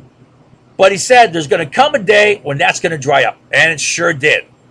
Once the market's saturated, right? And at that point, he says we're going to have to go overseas like the Europeans, just like the Europeans. Well, hell, we were doing that already. I showed you how we're doing that in Mexico. We're doing that in Latin America. We're doing that in Central America, all right? We're doing that already, right? But he said we're going to have to go into Asia, especially China. Just like Secretary of State Seward said, China market is going to be huge, right? It never really panned out, access to the China market, right? For a number of reasons, right? Especially when they went communist, right? For that period, right? After World War II, right? But Mahan said this. To do that, you know how Secretary of State said we got to build railroads across here? Well, Mahan said we got to go through shipping. Shipping was a lot cheaper than land transportation, right? 3 times cheaper than railroads, right? You go through waterways here. You build a trans-isthmus canal, right? Either through Nicaragua or through Panama. Those were the 2 places that were considered, right? Once you get that canal, then you go across. You got to have coaling stations because coal was an inefficient fuel, right? Low BTU per volume and mass. You got to stop and refuel. You got to have places like Hawaii, Midway, Wake, Guam. Philippines were key. Now, Philippines were key because not only was it a coaling station, not only was it for rest and repair, it was a main naval base to project power, U.S. naval influence, right? Protect our commerce all throughout Asia, right? Arguably, the most strategic island in all of Asia is the Philippines because all of Asia, including Japan, wraps around the Philippines in roughly a 600-mile arc. It's almost like the hub of a wheel, right? You got to take the Philippines. And then you got to take Cuba, right? And he likened the Caribbean here to the Mediterranean. All right, so in the Mediterranean, Mahan said this. Mahan said, Spain here would dominate trade between the Mediterranean and the Atlantic, all the Atlantic seaboard and Americas with the Mediterranean, if it were not for the fact that Britain held Gibraltar.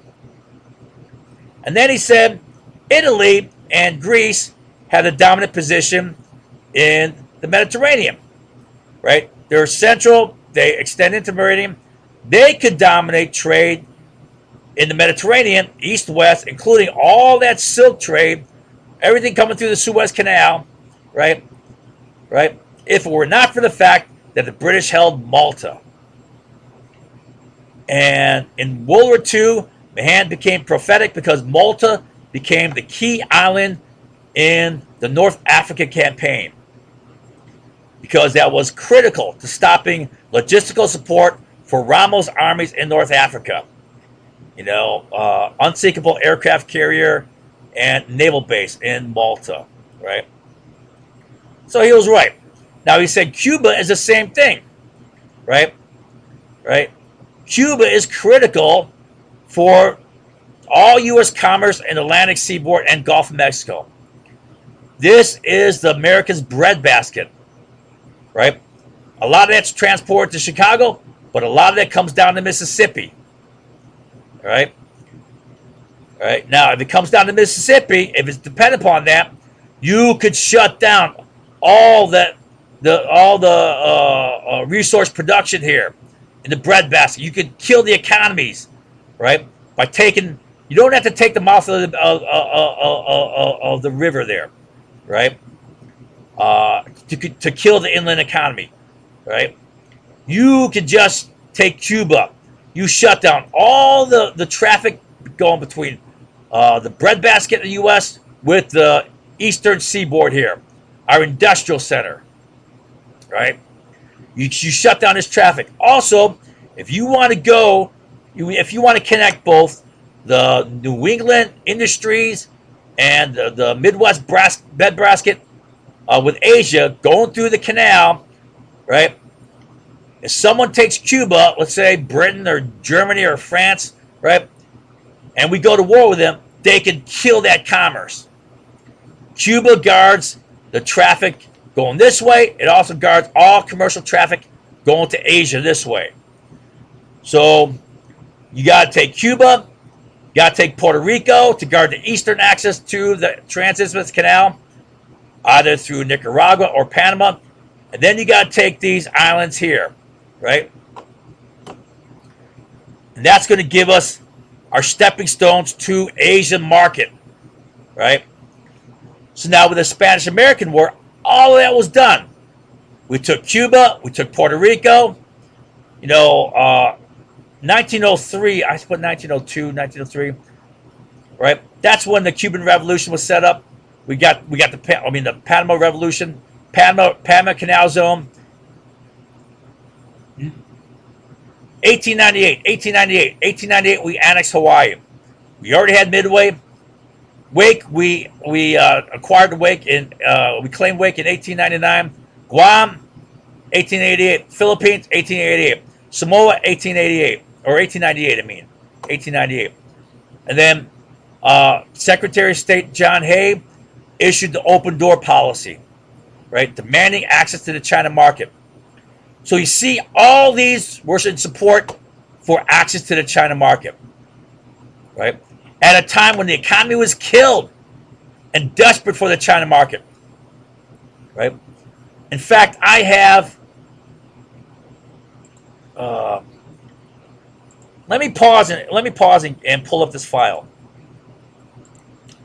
Okay, I'm back. So what I want to show you are quotes from key leaders, like this is Seward, McKinley, all quoting how we need to have access to the Asian market.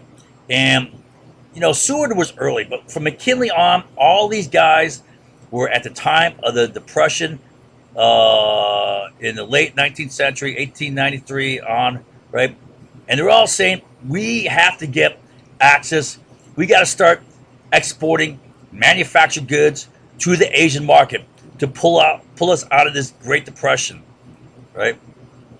And it's political leaders, it's business leaders, it's industrialists, it's Wall Street leaders, financial leaders, it's economists, it's newspaper editorial writers, right? President Harrison there, Whitelaw Reid, on and on. So all these quotes by these guys, business figure, leading congressman, okay. Remember Blaine? Cleveland administration, right? All these are quotes by top leaders. Oh, here's Mahan. Mahan said himself, right? On and on and on and on.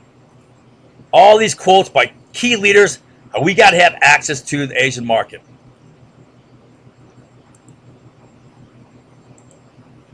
All right. So you see how it's a concerted plan, right? You know, most historians, when they think about the Spanish American War, they think the main blowing up in Havana. Havana is a port right about there, right? It wasn't that about that at all. The big picture was the U.S. economy tanking, right? Combination of that, plus at the same time, they believe that the salvation for the U.S. economy is trade with Asia. Okay, to get trade with Asia, we need all this: Cuba, Canal, rest, repair, refueling stations, forward naval base to project power, right? Enforce our access to Asian trade, especially at a time when the Europeans are carving up Asia. Russia's moving into Manchuria, right? Building the Trans-Siberian Railroad to Vladivostok, right there. That cutting across down to Korea, cutting down to Liaodong Peninsula. Germany moving into Shantung, right? Military occupation of Shantung. So this threatened U.S. Now, here's the idea. The economy of tanks, right? Largely due to saturation of Western expansion, like Mahan said, right? The economy tanks. All the politicians, business leaders, economists saying we need to expand trade with Asia, right? To do so, we need all these things, especially at a time when the Europeans are threatening to lock us out, right? So it's no accident that we started the Spanish-American War. It's no accident that the yellow press is pumping up the population for war. It's no accident that Mahan wrote his strategy and we used it. Every bit of this is Mahan's strategy. Now, I admit Mahan was a brilliant strategist. He got the whole picture. Like Seward got it. Right? All right. So in a little bit, I'll go through Mahan's sea power strategy here, and then we'll finish up with a summary. All right. But let me finish this.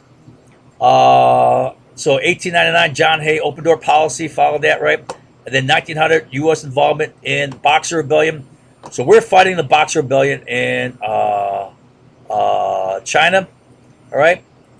And why is that? So we're a player. We got a seat at the table.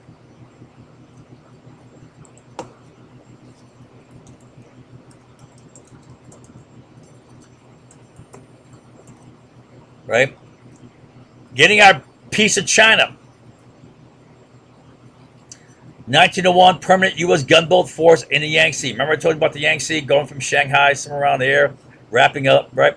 So we got a permanent gunboat force there. And then 1899 to 1913, the Moro Rebellion. Moro Rebellion was in the Philippines. Right, here's the Philippines, right? Basically, when we launched the Mahan plan here, we had to take the Philippines. That was key, right?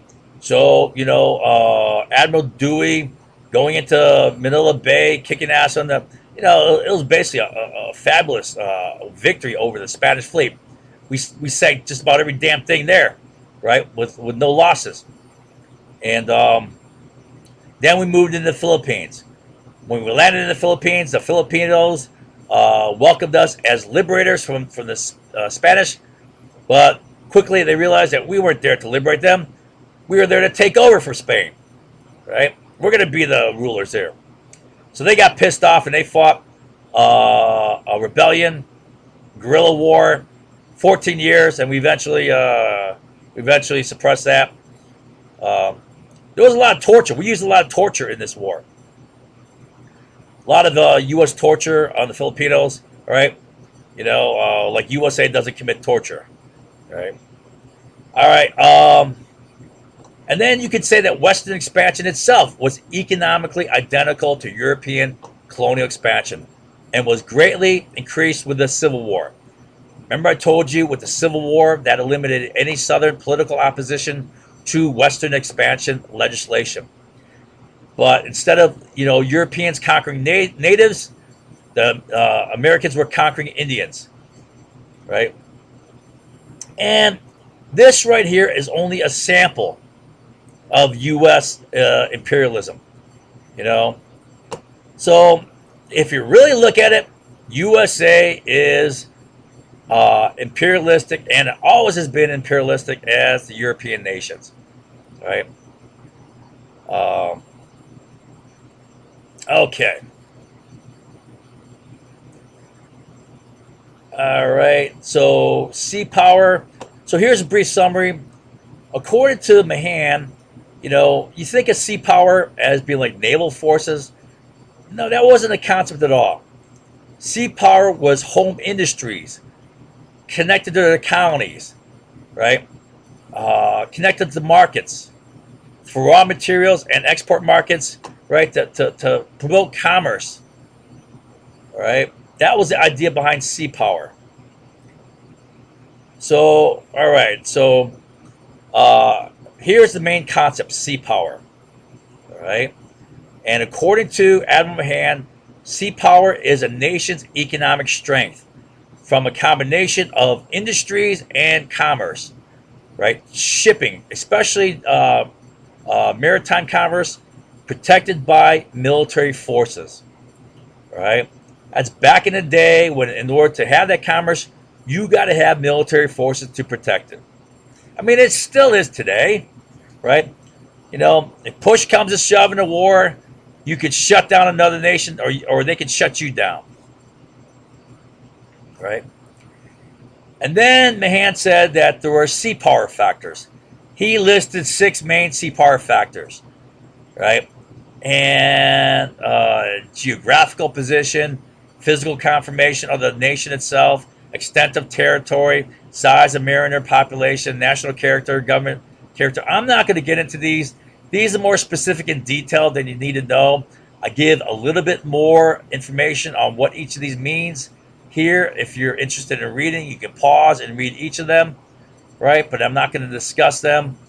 The main ideas are here, right? So again, sea power is your nation's overall economic strength based on its industries and its commerce, right? You can't have industries without that commerce.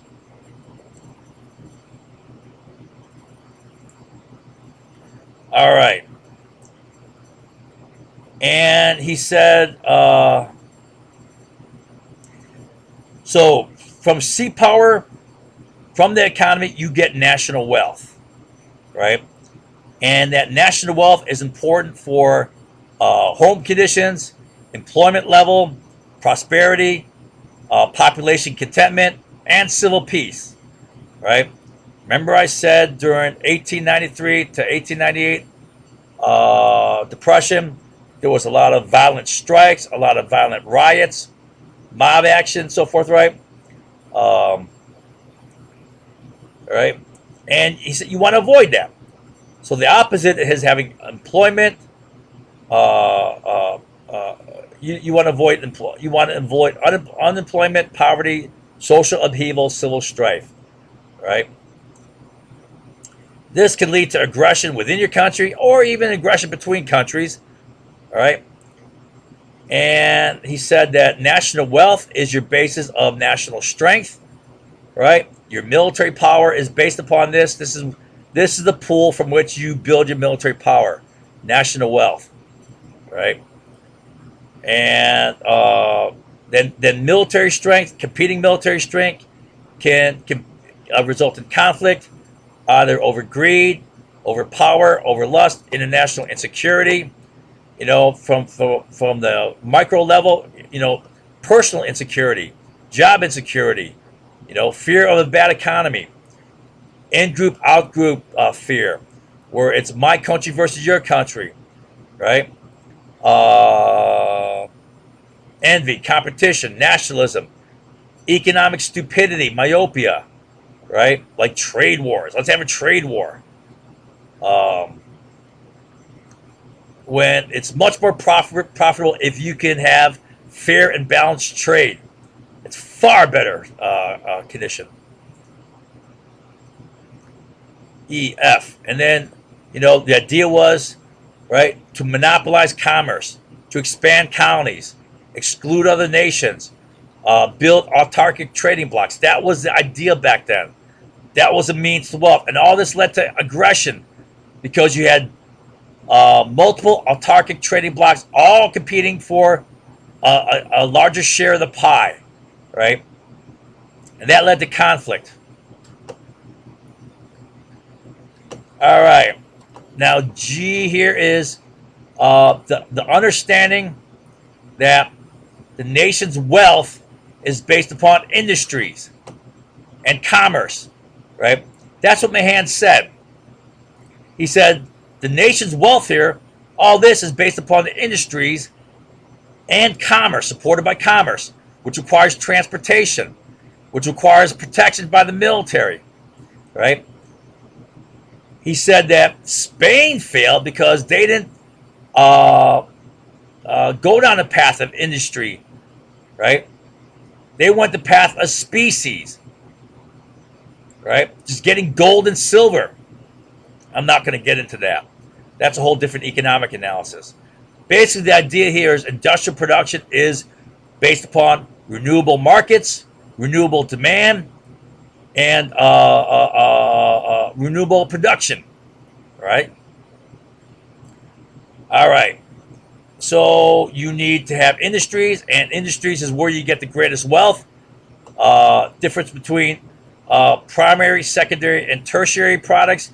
You get the greatest wealth from value added, right? So a primary product is like raw cotton, right? You can make money selling that, but you can make more money selling cotton fabric, rolls of cotton fabric. So you're adding some value, but you make even more money by making a finished dress or shirt, right? So that's the idea. You make far more money from industry, which is machine production, machine value added. A large volume of value added. Then you got to have access to markets. You got to get it to market. If you can't get it to market, well, you can't sell it. You can't make a profit. You just go out of business. And that requires transportation, right? So, steam engines, steam trains, steamships, but you got to have secure transportation, which requires that you control strategic choke points, right? Remember I showed you Great Britain dominated that?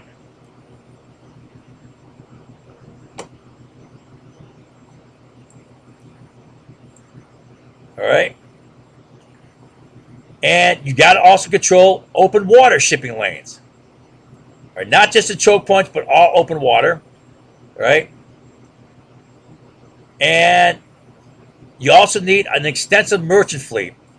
And he said the USA lacked an extensive merchant fleet. That's one thing we lacked at that time. And then you conduct trade, right? And from trade, you make a profit. Arbitrage, or in this case, value added. Value added plus arbitrage, right? All right. You generate profits. Those profits are revenues for the government through taxes. And that's the basis of building military strength. All right. Now, you also need access to colonies. Remember, it was colonial expansion. You got to have colonial control of foreign markets upstream, control their production of resources. You control the quantity of production. You control the price of raw materials, right? That better feeds your home industries, right? That goes to your value added here. You forcefully open countries to your manufactured goods. You have opium wars. You have unfair treaties. You open up Japan, Commodore Perry, right? You control import-export markets. You're right. You force open opium, for example. You control key trade centers. like strategic land trade nodes, or uh, mouths of rivers, for example, right? That was all very strategic. If you control the mouth of the river, you control all the economies of the inland territory, right? And now you want to have colonial expansion into foreign territory through implantation of loyal nationals. You know how, like, the English populated the eastern USA first at Jamestown? Dutch came, French came also, right? You implant local nationals, but also you have to have conquest of the indigenous populations and control of their resources and their labor through direct governance or through neo-colonial indirect control through a puppet dictator or a king, right? And then you expand into the territory, which was an upstream integration, right? Which expanded your profits beyond arbitrage and resource production. And this required steamboats and steam trains, okay? RS. All right. And then he said, you can do two things with your naval forces. You can either concentrate your naval forces, and you do that by concentrating your capital ships, your battleships, your dreadnoughts, your big ships, right? And you concentrate them because you need to slug it out with enemy concentrated forces. All right. But you can also do the opposite. You disperse your naval forces in the form of commerce raiders. So you concentrate your capital warships, but commerce raiders were like pocket battleships or cruisers, right? Right. Now, your capital ships prevent blockade of home ports. You don't want anyone to blockade your home ports, or it's going to kill your economy. Right. That's what the North did to the South to kill the Southern economy during the Civil War. All right. And you want to control strategic choke points. You concentrate warships there. And perhaps you want to control open water shipping lanes. Right. You have naval forces patrol there. You want to prevent interdiction by other nations. You want to prevent interdiction by pirates. All right. Pirates were often associated with nations through letters of marque. Right.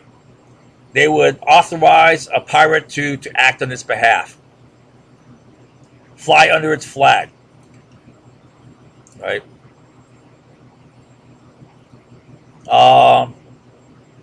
And you want to acquire forward bases to guard commercial interests, projects, power, refuel, rest, repair. So this is like a forward naval base. This is like the Philippine Islands for the U.S. in the Pacific, right? And then for dispersing naval forces, it was a cost-effective means of interdicting enemy merchantmen, a cheap way of killing their commerce, their economy, right? You just make these smaller, inexpensive, fast cruisers, pocket battleships, right? Let them roam separately by themselves, maybe with another small warship, another small cruiser or destroyers, whatever, right? Small fleet, or by themselves. And also what this does, it forces the enemy to disperse its naval forces to try to hunt these guys down. All right. B. And, these small pocket battleships, they can also take on pirates. They're not big enough to take on concentrated naval forces of another nation. You need to have concentrated capital ships for that. Right. So, in the era of steam, right, raiders were lightly armored, fast cruisers or pocket battleships that could slug it out with enemy that could slug it out with enemy capital ships, making them dependent upon forward bases. All right, they had to have a forward base where these ships the smaller ships here, they couldn't slug it out with capital ships. So if capital ships attacked them, the cruiser or pocket battleship would have to retreat into a port, or if it took on some battle damage, right? And that port would be protected by large land-based artillery, right? That's hard to destroy from the sea, right? So these forward bases would be for shelter, repair, resupply, refueling, right? All right, so that's essentially Mahan's sea power. Again, keep in mind, it's the nation's economic strength is your power, not strictly naval forces, although it's protected by naval forces. That sea power is a combination of your industries and commerce, protected by naval forces, right? All right. So this is a summary of it all. Steam engines are the third stage of the Industrial Revolution. They greatly increase industrial growth through increased production capacity with machines powered by engines, and also mechanized transportation, which greatly expanded commerce, both speed and volume of raw materials and manufactured goods being sent to market. Mechanized transportation allowed for expansion into the interior of countries, shifting the mercantilist era to a more colonialist era, right? With that increasing colonial competition, the economic engine of that time became industrial growth, supported by colonial expansion for the purpose of raw materials and export markets, but also opportunities for capital investment as the home production capacity was saturated. The system of home industrial nations, combined with their satellite colonies, formed competing autarkic trading blocs, which were naturally antagonistic and thus militated toward war.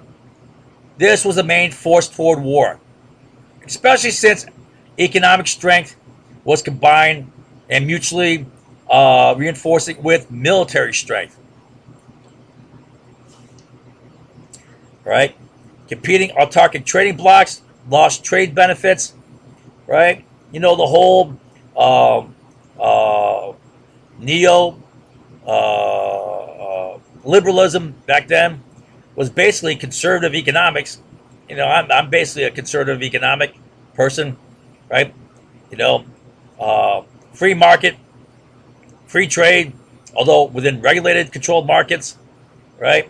Because you don't want people to screw them up, kill markets. You want to nurture markets, right? Private enterprise, capturing human energies and motivations and abilities, nurturing them. All right. So you lost comparative advantage with its increased efficiency, increased productivity, which has increased wealth generation, the whole David Ricardo thing, and increased competition between manufacturers, increases efficiency in terms of product quality over price, right? So efficiency in products is quality over price, right? Better quality, lower price. Overall, there will be mutual benefit from trade, right? That's David Ricardo.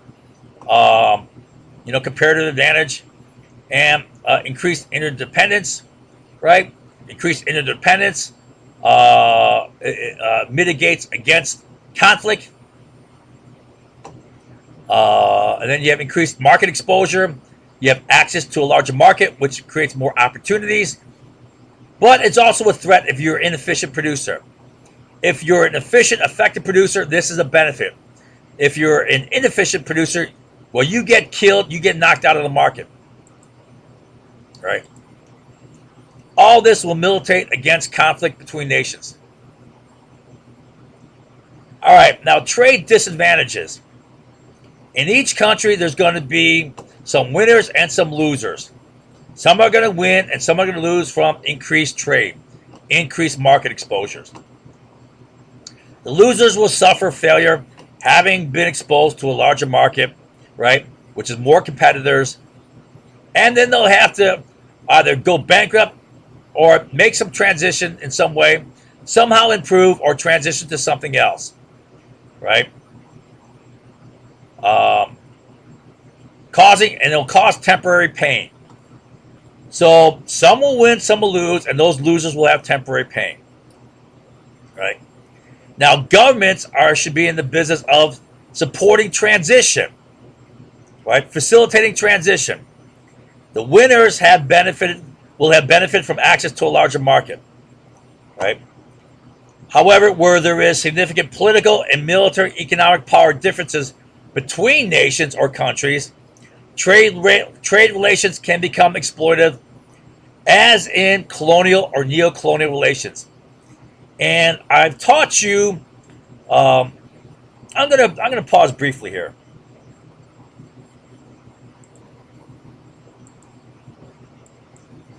All right, I'm back. So, as you recall, I taught you when you have um, significant power differences, political, economic, military power differences between a colonial power and a colony, for example. You can have established a trade relation like this, right? Uh, I'm not going to go through all this again, but basically, the powerful colonial power will suck every penny out of this country, have maximum extraction of wealth out of that country, leaving that country in desperate poverty, locked in underdevelopment, and locked in dependency. Right? This can be a very bad situation for those countries. Right? So I'm a big proponent of free trade, but at the same time, I'm saying you got to avoid situations like this that just screw over one country bad. Usually for the benefit not of the home country, more for the benefit of some multinational corporation. All right, Mahan's strategy on sea power was widely read by world leaders. He was. You get the German Kaiser reading him, right? Right, and that increased quest for sea power, right? Uh, it also increased economic nationalism and colonial competition between autarkic trading blocs, right? Now, I fully believe that Mahan was a brilliant guy, right? But all this thinking leads to more conflict and war, right? Uh, all right. So the manifestation was, like I said, World War One, and then World War One led to World War Two, right? And straight out of World War Two, we had the first Cold War. All target trading blocks involved in all of them. Uh, these help explain the rapid acceleration of colonial competition in the late 19th century and quest for wealth and power and security among competing nations that militated toward war. You know, I can cite a key cause of World War II was the formation of autarkic trading blocks as a result of the breakdown of trade after the Great Depression hit. So in 1929, the Great Depression hit. The USA was the first to respond with a big whopping tariff called the Smoot-Hawley tariff. 64% high tariff. Killer high tariff. Now, that was bad in itself, but the worst part is that triggered retaliatory tariffs by other industrial nations. And all these other industrial nations are throwing up tariffs as a response. And that killed worldwide trade. Right? And now, once worldwide trade was killed, right, certain industrial powers like Japan, like Germany, who have little to no resources, right, not even enough food, they went out and got their own. You know, Mein Kampf, Hitler's damn book, which he pretty much followed. He said Germany doesn't have enough food. We got to go get that Ostpolitik. He called it Lebensraum, living room. We got to go east. Get that good Ukraine territory. Right? Or what is today southern, western Russian. That's their grain belt. Ukraine and that. We got to go get that. Japan. Right? They didn't have enough food. All right. So here's Japan. Japan's got no resources. Literally no resources. They have nothing. Right? They don't even have enough food. Remember I said Europeans threatened them, so they had the Meiji Restoration. They're rapidly industrialized. Now, because they industrialized, they became an exporter of manufactured goods. They became prosperous. And because they became prosperous, that allowed the population to expand. But by 1900, Japan's population exceeded their food production capacity. So in 1900, they became a net importer of food. Now the population went up like an exponential curve. You know, it's restricted by its economy, but as it's becoming more productive, it went up. So by 1929, they're way more dependent upon food imports. Then the Great Depression hits. That's in 1929. Then in 1930, the U.S. passes the Smoot-Hawley tariff. Other nations respond, and it kills trade. Right? Because it kills trade, balance of trade is killed for Japan. If they can't export things, they can't import food. So by 1931, they're desperate. They're in bad straits. Right? They're in desperate poverty. They're short on food. They invade Manchuria. Now, should they have done that? Hell no. Right? I mean, it's not their fault that trade broke down, but it's not their fault that trade broke down. Right? They should suck it up. If they're going to starve, they should starve. But they say, no, we're not going to starve. We're going to kick your ass and take over your economy. Get some imports. Right? All right. And then 1937, they go into China. Right? All right. So, you know what? I'm a big proponent of trade amongst industrial nations. All right? Now, also at the same time, I'm wary about unequal trade relations like this. All right? Remember I said how China's trying to do a different model? Well, this was the communist complaint here. Right? This is what Lenin said. All right? Yeah, he said, and I mean, this is what they're doing. I mean, the English economist J.A. Hobson said this before Lenin. All right? Lenin just copied him. Right? So the Chinese are kind of sensitive. They're trying to do this, increased productivity thing. I mean, we'll see how well that pans out. I don't know if it'll work. I mean, that would be a good model if it does work. You increase their productivity, right? So you don't exploit the crap out of them. You purchase crap for them, but you recycle currency riding off the back of their productivity, right? So basically, you're profiting off their wealth generation from their country by having favored trade relations with that country. Have them buy all your crap, right? I mean, that's the idea. Make them productive so you benefit from that productivity. All right. So that's a long lecture. Goes back to here. Steam engines. Invented 1712. Start powering machinery 1830. Used steam trains. Railroads being built 1830. Steamships being built, getting big 1830. Right? All this around 1830. And increased transportation of goods to market. Allows expansion into the interior, allowed upstream integration, shift from mercantilism to colonialism, right? And that resulting in the economy shifting towards The economic engine being a combination of growing industries and expanding colonies, right? Going into conjunction.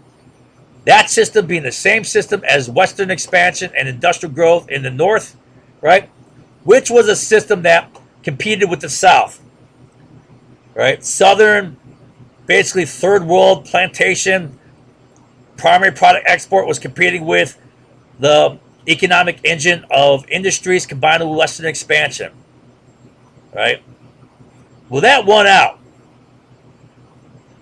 That was more popular, leading to demographic shifts, right?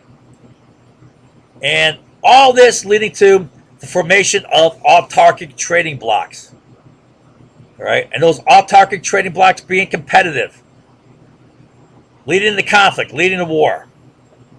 All right, so that's that in a nutshell.